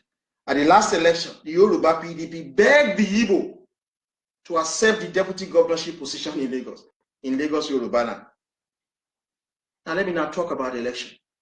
The Igbo claimed that the elections of black as MP in UK and senator in America justify why an Igbo must be governor in Yorubaland. Again, they don't have sense of history. Some Yoruba youth, they believe the same thing too. Because I live in England. Because black people can vote and be voted for in England. Because black people can vote and be voted for in America. Some idiot Igbo and gullible Yoruba you says that the Igbo must be made governor of Lagos State. Why are black people voting in the United Kingdom? It is because of slavery and colonialism. The English went to their country to enslave them, stole their resources to develop England. It is the same reason why black are allowed to vote in America. Can black lay claim to vote and be voted for in Russia? Can blacks go to China and say they want to vote and be voted for in China? Can they do that in Japan? Can they do that in Latvia, Bulgaria? No, tell me. The blacks are voting and being voted for. The blacks can vote and be voted for in UK because of slavery and colonialism. Yoruba did not enslave or colonize the Igbo. Igbo, you have no legitimate claim to vote and be voted for in Yorubaland. You understand me? That is statement of fact. Don't think we don't know what is going on in the world. Don't take us for a fool. The only non-Yoruba that can vote and be voted for in Yorubaland are the people of Dahomey who are in Benin Republic because we once colonized them. You don't know history. Yoruba once colonized the people of Dahomey. That is it. They are the only people who has the legitimate claim to vote and be voted for in any Yoruba space. The Igbo cannot vote and be voted for in Yorubaland. We will end it, we will stop it. The English colonized more than half of the world population. That is why you see black people voting and being voted for in England. Yoruba, we did not colonize the Igbo. Igbo, you cannot vote and be voted for in Yorubaland because black cannot vote in China. They can't vote in Japan. They can't vote in Thailand. They can't vote in Malaysia. They cannot vote and be voted for. Don't think we are idiots.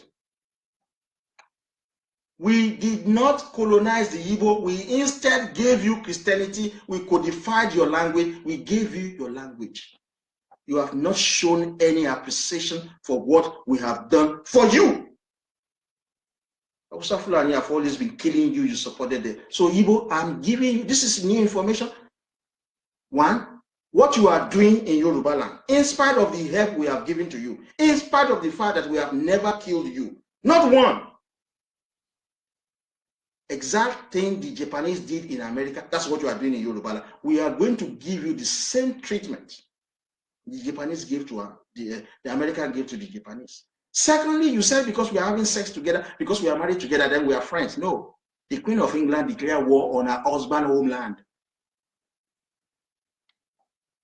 Sex, marriage pales into insignificance when it comes to freedom, liberty.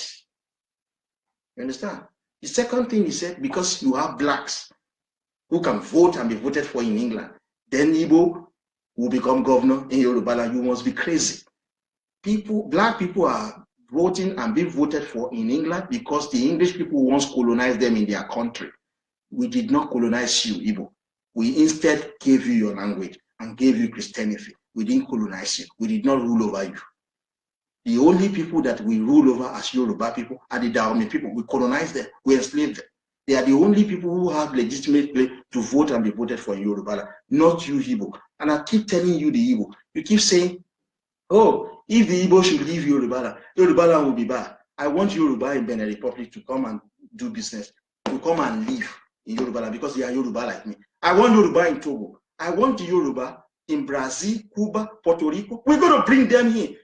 Go and read the story of Oba Kosoko. He sent ship to South America to bring all the Yoruba who have been sold into slavery and brought them down to Lagos. That's why you have Pedro. You have Okepoku Adingokoni Lagos. You don't know history. You think we are crazy, right? We're going to shock you. It is just because the Yoruba youth are very, very gullible, but not anymore. You said you want to vote in Lagos. You want to become our governor. Whether we are the English that colonized you, will come and tell me. Go and become mayor in England and go and become the head of state in England. Nonsense shit. We colonized Dahomey people, Yoruba. The same way English colonized us. I know to colonize in between 1740 and 1823, the Yoruba colonized the Dahomey people in Benin Republic. Now, folks, let me now talk about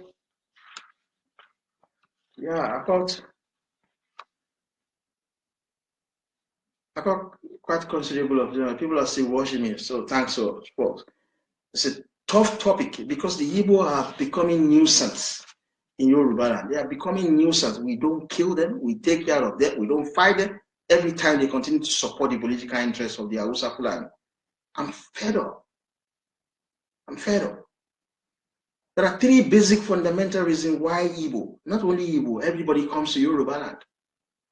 One, Yorubaland is peaceful. Yorubaland is economically viable, and Yorubaland is politically stable. So exactly, tell me, why is Yorubaland peaceful? Yorubaland is peaceful because young Yoruba are not criminally minded. That's why Yorubaland is peaceful.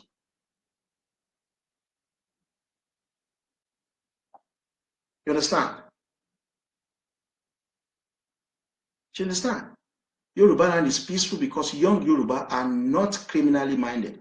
Look at what young Hausa Fulani are doing. X-Men, killing everybody. They are criminally minded. Look at what the Kanuri youth were doing. Boko Haram, killing everybody. Look at what the Igbo youth were doing. Kidnapping, killing everybody. Look at what the Ijaw youth were doing. But the Ijaw youth are my friends. Because the Ijaw youth are freedom fighters. But they were blowing up pipelines, right? But Yorubaland is peaceful because Yoruba youth are not criminally minded. We are not blowing up anything. That is why Yorubaland is peaceful. That is why everybody wants to come to Yorubaland. That's number one. Secondly, why is Yorubaland economically viable? Yorubaland is economically viable because young Yoruba have acquired education as a means of social, cultural, economic, and political development. Young Igbo would rather go and do trading. Yoruba will go to school for 18 years, from primary school to secondary school to university. An average Igbo youth will go and trade for the same number of years, 18 years, to learn how to sell guguru and ekpa. So Yorubaland is economically viable because young Yoruba have acquired education as a source of social, cultural, and political development. Hausa Fulani youth, wọ́n wà lé mọ́sálásí, wọ́n bára wọn sùn pẹ̀lú disease, leprosy, gbogbo ẹ̀ ló ṣe wọ́n bẹ́. Wọ́n acquire education. Ṣebí Yorùbá ni, ṣó ti rí báyẹn? One, Yorubaland is peaceful because Yoruba youth are not criminally minded. Yorubaland is economically viable because young Yoruba have acquired education. Àwọn Yoruba lọ school, àwọn ọmọ Igbo wọ́n kọ́ṣẹ́ ni, àwọn ọmọ Hausa mọ́sálásí náà lọ.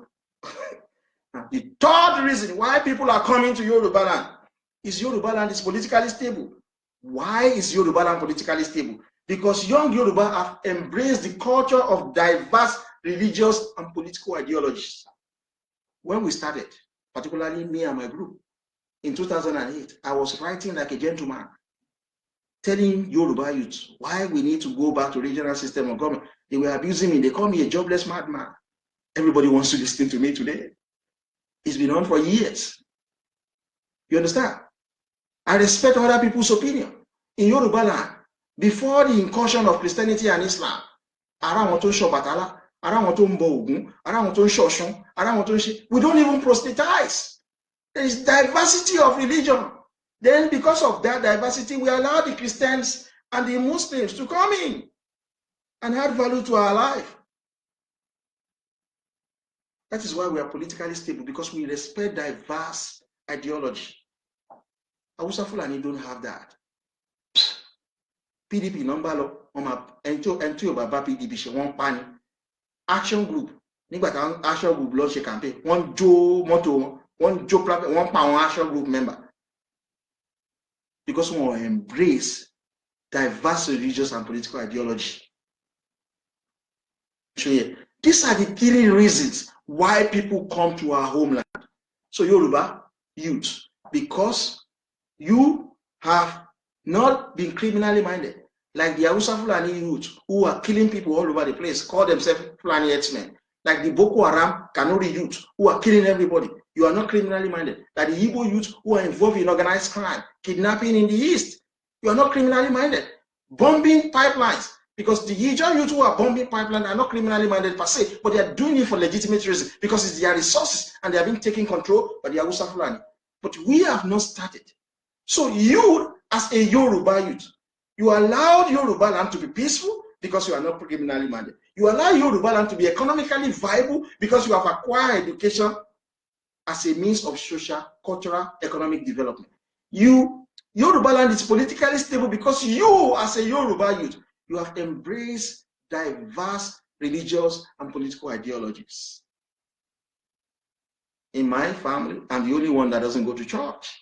I'm the only one that is Yoruba or Ishadians. Every other person, we're Christian. They don't say, oh, we're not going to talk to him because of the culture of the Yoruba. But you that have created all of this, it should benefit you.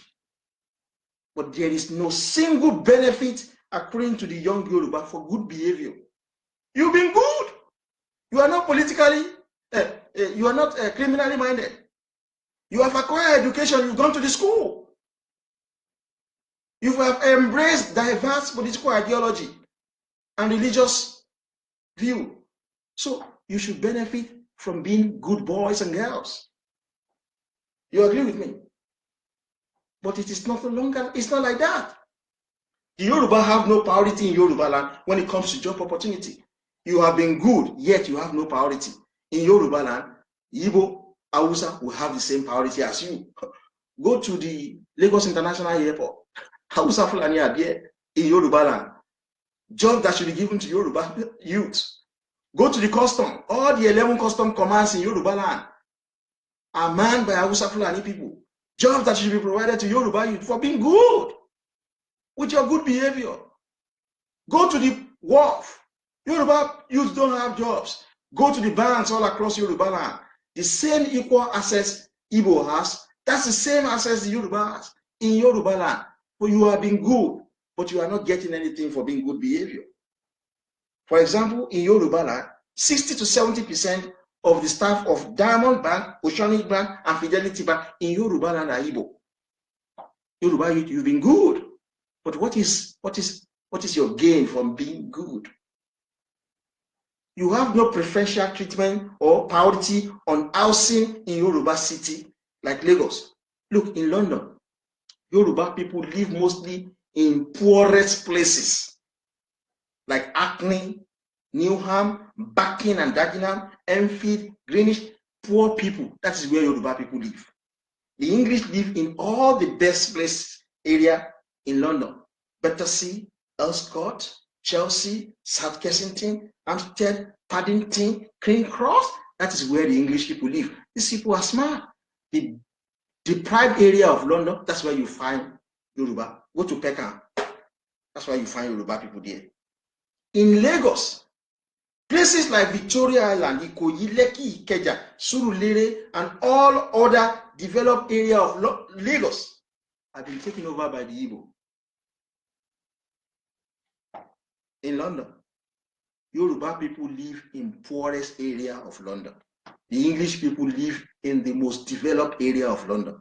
But in your Lagos, Yoruba, you've been good. You still live in the poorest area of Lagos. Igbo have taken over the better area of Lagos. The English don't do that to their own children. Yoruba are mostly living in areas of Lagos like Alimosho, Ikorodu, Yanopaja, Agbado, Jaye. That's where Yoruba lives. Lekki, Victoria, Ikoyi, Ikeja, Surulere has been taken over by the Igbo. The English don't do that. They live in the best area in London because that is their area. The Yoruba people live in the deprived area of London. But you come to Lagos, it is the deprived area in Lagos that Yoruba people are still living. So Yoruba youth, I'm asking you, what is the benefit of being good youth? You have nothing. Yoruba seaports, airport, immigration, prison, police, custom are either under the control of the Hausa Fulani or the Igbo in Yoruba land. So Yoruba youth, I'm asking you, you have been good. You were the one that made Yoruba land to be peaceful.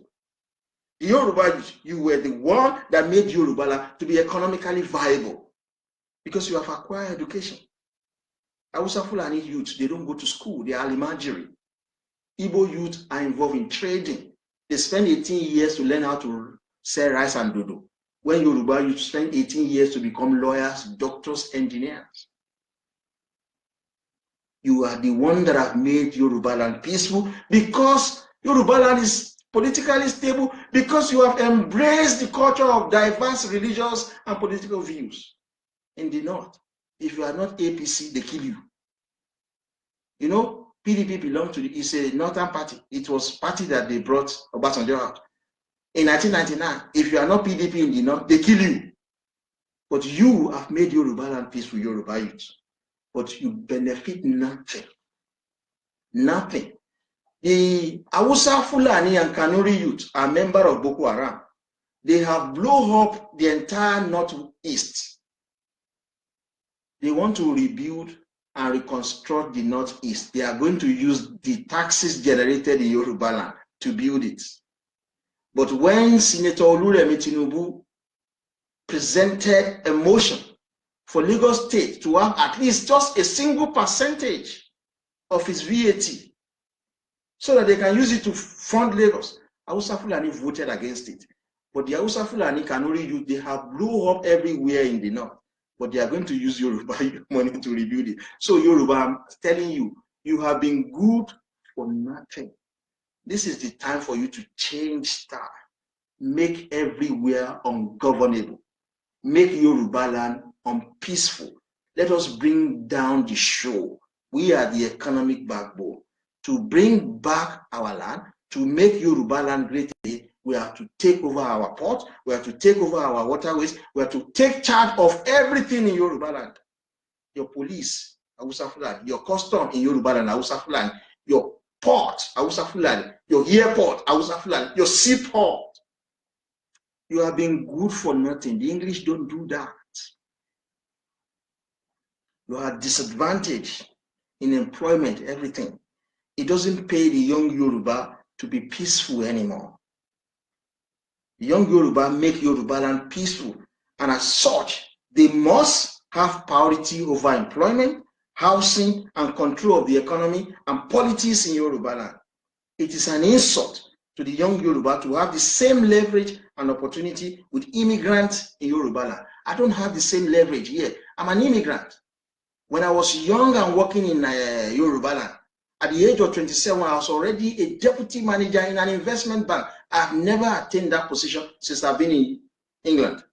I will never, because it's not my country. So it is an insult to the young Yoruba to have the same leverage and opportunity with immigrant Igbo in Yorubaland. The English have more priority in England than the immigrants. The white in America has more priority in the United States than any other race. A peaceful Yorubaland is now a means of undermining the interests and welfare of the Yoruba youth. Under the Nigerian floor unitary system, the Igbo has turned Yorubaland into dumping ground for all manners of things. They imported into Yorubaland European used underwear, used bra, used pant, used knicker, and used clothes. The Yoruba people and residents have contracted debilitating disease wearing this clothing. The Igbo traveled to China and other countries, imported into Yorubaland substandard drugs. Many Yoruba and residents within Yorubaland have been known to have died as a result of fake drugs brought into Yorubaland by the Igbo.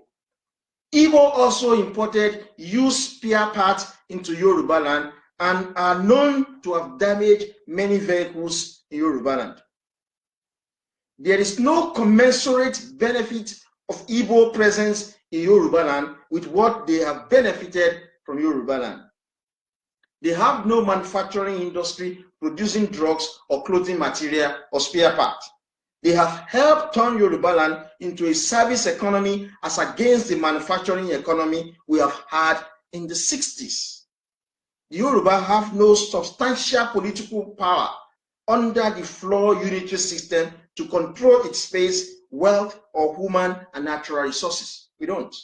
Over 90% of armed robbery attacks within Yorubaland are committed by non-Yoruba people.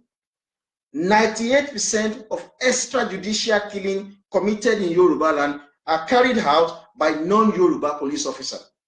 85% of ritual and kidnapping cases in Lagos and other Yoruba states are carried out by the Igbo. The Igbo are responsible for kidnapping in Yorubaland. 75% of drug trafficking cases in Lagos are carried out by the Igbo. 75% of organized crimes in Lagos are carried out by the Igbo. 90% of pirated CD cases in Lagos are carried out by the Igbo. 70% of fake and adulterated drugs in Lagos that have killed thousands of Yoruba people are carried out by the Igbo. 90% of vandalism cases in Lagos are carried out by the Igbo. The former governor of Lagos State, Fashola, complains about that. He said that by the time they build any road with the railings, under 24 hours after the road must have been commissioned, the Igbo will go there and remove all the railings. They use it to make spoons and pots. So 90% of vandalism cases in Lagos is carried out by the Igbo. Financial, fiscal, and social crisis in Igbo land seems to fuel their movement into Yoruba land, as Lagos is perceived as a safe haven with no barrier to entry. Our development of Western region has made living in Yoruba land relatively good value. We stand out as a tolerant, culturally sophisticated, and perfectly located to live, work, and get education. We have Atlantic Ocean. we have a shoreline. The Igbo don't have shoreline. Hausa Fulani don't have shoreline. However, the unregulated movement of Igbo, 5 million per year into Yorubaland, have reduced the standard of living of Yoruba citizens and extended Igbo criminality to our space. If Yoruba really does prove to be the most educated race in Nigeria and wants self-preservation as well as security of life and property for its citizens, residents, and visitors, then suburb Lagos and state capitals in Yorubaland will arrest and deport Igbo immigrants in Yorubaland involved in armed robbery, kidnapping, vandalism, piracy, production and distribution of adulterated drugs, prostitution, importation of substandard and prohibited goods, 419, street begging, street trading, child trafficking, and child labor. This is what I'm advocating. Because of the sham unity system we are practicing, Igbo are just moving into our space unregulated, and they are constituting nuisance. So Igbo armed robbers in Yorubaland should be deported. The kidnappers should be deported. If you go across the prisons in Yorubaland, I'm challenging you, you can do it tomorrow. We have prisons in Lagos, we have prisons in Ibadan. Go there. 70 to 80%, 75% to 80% of the prisoners are almost Igbo in Yorubaland. These are serious. And it is the Yoruba people that are being killed.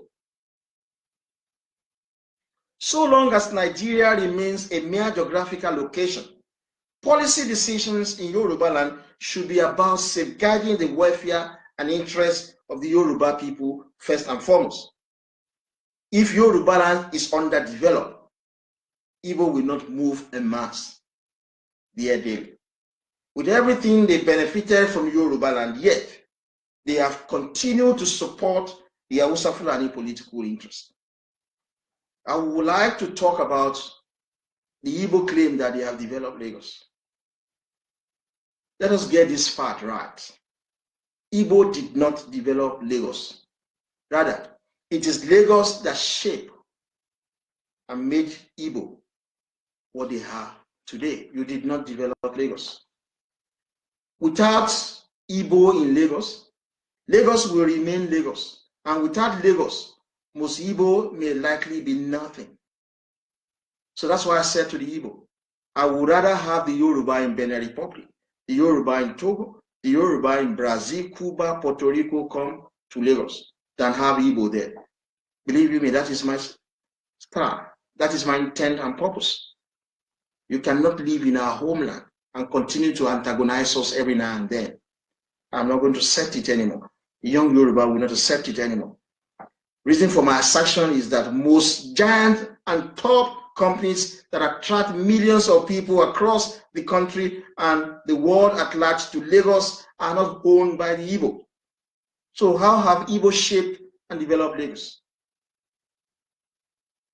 By Tokumbo and fake spare part at Ladipo Market. Is that how the Igbo have shaped and developed Lagos? By China Electronics and pirated CD at Alaba Market? Is that how you have developed Lagos? By bend down and select clothes at Idumota, Yaba, and Kotangura Market? Is that how you have shaped Lagos? Chinese and Tokumbo computer, phones, and accessories at Computer Village, Ikeja, are Igbo economic achievement and contribution to Lagos. The following companies are what attracted millions of people to Lagos, as well as Apapa Industrial Estate, Ilupeju Industrial Estate, as well as Ikeja Industrial Estate, built by Awolowo from the proceeds of cocoa. It is this company like PZ, Coca-Cola, 7-Up, Cadbury, MTN, Glow, Zane, Etisalat, ShopRite, Golden Penny, Flour Mill, Indomie, Unilever, P&G, Chill Limited, Tower, WH Bush, Bacos, Guinness, Nigerian Beauties, Ohando, Corn Oil, Total, Mobil, Chevron, Fort Oil, South Atlantic Oil, Any Oil, Shell, KFC, Aquadana, Eco Hotel, Oriental Hotel, Intercontinental Hotel, Protea Hotel, Julius Berger, RCC Construction, Nestle, KPMG, GSK, Freelands Food, Wamco, British Tobacco Company, Stombaja, AIT, TVC, Silverboard TV, Charles TV, Lafarge, ETC. These are the big companies that attracted people to Lagos. They are not owned by Igbo. You have not developed Lagos. We developed you. We codified your language. We gave you Christianity. We allow you access, unregulated access into our homeland. We are going to stop that. And every now and then you constantly continue to support the political interests of the Hausa Fulani. We will end that nonsense. Osibo are causing nuisance in Lagos. The environment the Igbo traders are mostly populated are always polluted with waste of all sorts. They've destroyed Festac completely. That's where they live. They are dirty, stinking, rough, erect, illegal shops on the roads, on pipeline and railway lines indiscriminately in these marketplaces that cause traffic gridlock and other dangerous situations. When the Lagos state government dismantle these illegal shops, they get angry. Igbo shouldn't lay claim that they develop a place by becoming nuisance. In fact, most of the crimes in Lagos are connected to the Igbo. So how has the Igbo developed Lagos when they can't get their hand off crimes? And I'm going to hand this speaking truth to you, particularly to the young Igbos.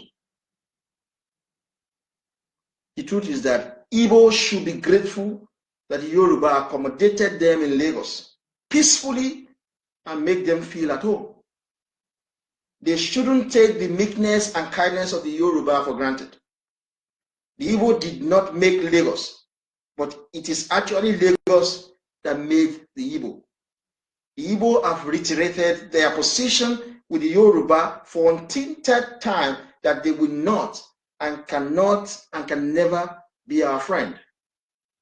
You can feel this in everyday joint discussions, debates, and general issue. We seldom agree. The resentment we have for each other is not a joke. If the Igbo will not support the Yoruba political aspiration, they will have to leave our homeland and go back to their homes. Henceforth, we will attack you, Igbo, in our homeland. You cannot have half of your population living, working, and getting education in Yorubaland, but every time you have never for once supported our political interests. You have always, since 1959, supported the political interests of the Hausa Fulani. I want to end this nonsense. You have to leave our homeland. There are options that will be open to you. We will treat you the same way the Americans treated the Japanese in 1942. But I don't think the Yoruba have the same level of thinking as the Hausa Fulani to start killing people unjustly. So I doubt if we are going to exterminate you. But we are likely going to give you the same treatment the Americans gave to the Japanese in 1942. So the option is always yours. We did not invite you to our homeland. If we have issued you with a visa fee, you can make legitimate claim in Yorubaland. One, we did not colonize you. So you have no legitimate claim to say you want to vote and be voted for in Yorubaland. The blacks who can vote and be voted for in England is as a result of slavery and colonialism. And do not say because we're married to you or we're having sex with you, then we are one. No, we're not. The Queen of England is married to a German, yet she declared a war on her husband's country. But the point is this. The reality is this. The Igbo must appreciate one thing. The Yoruba are civilized people. If you are no longer going, you have never supported our political interests anyway. If you will not support our political aspiration to rule in Nigeria, to control our resources, to control our waterway, to control our port, to control what belongs to us as Yoruba people, if you will not support this political aspiration, you are better to leave our country in peace Because my generation will not hurt like my parents' generation. We will hurt like the white Americans. We will hurt like the English, who are always thinking about the interest and welfare of their people. So I call on all young Igbo, if you want us to trade, which is going to bring friendship, you have to respect our political aspiration. You have to respect our political aspiration for one fundamental thing. The Yoruba are the majority in Nigeria in terms of the population of the country. We are 25%. Hausa is 20%. Igbo, you are 17%. Fulani, they are just 9%. In terms of the wealth of Nigeria, the Yoruba produce 49% of Nigerian income. Hausa Fulani only produce 2.5%. You Igbo, you produce 1.5% of Nigerian income. In terms of the gross domestic product of Nigeria, the size of the Nigerian economy, the goods and services produced, Yoruba alone will produce 80% of Nigeria GDP. However you look at it, we, the Yoruba, are the economic backbone. And if you, the Igbo, will not like to support our political aspiration to rule, if you, Igbo, will not support our political aspiration to control what belongs to us, it will be better for you to leave our home country. Otherwise, we will give you the same treatment the white American gave to the Japanese in 1942. Thank you for your time. I'm most grateful. Good night.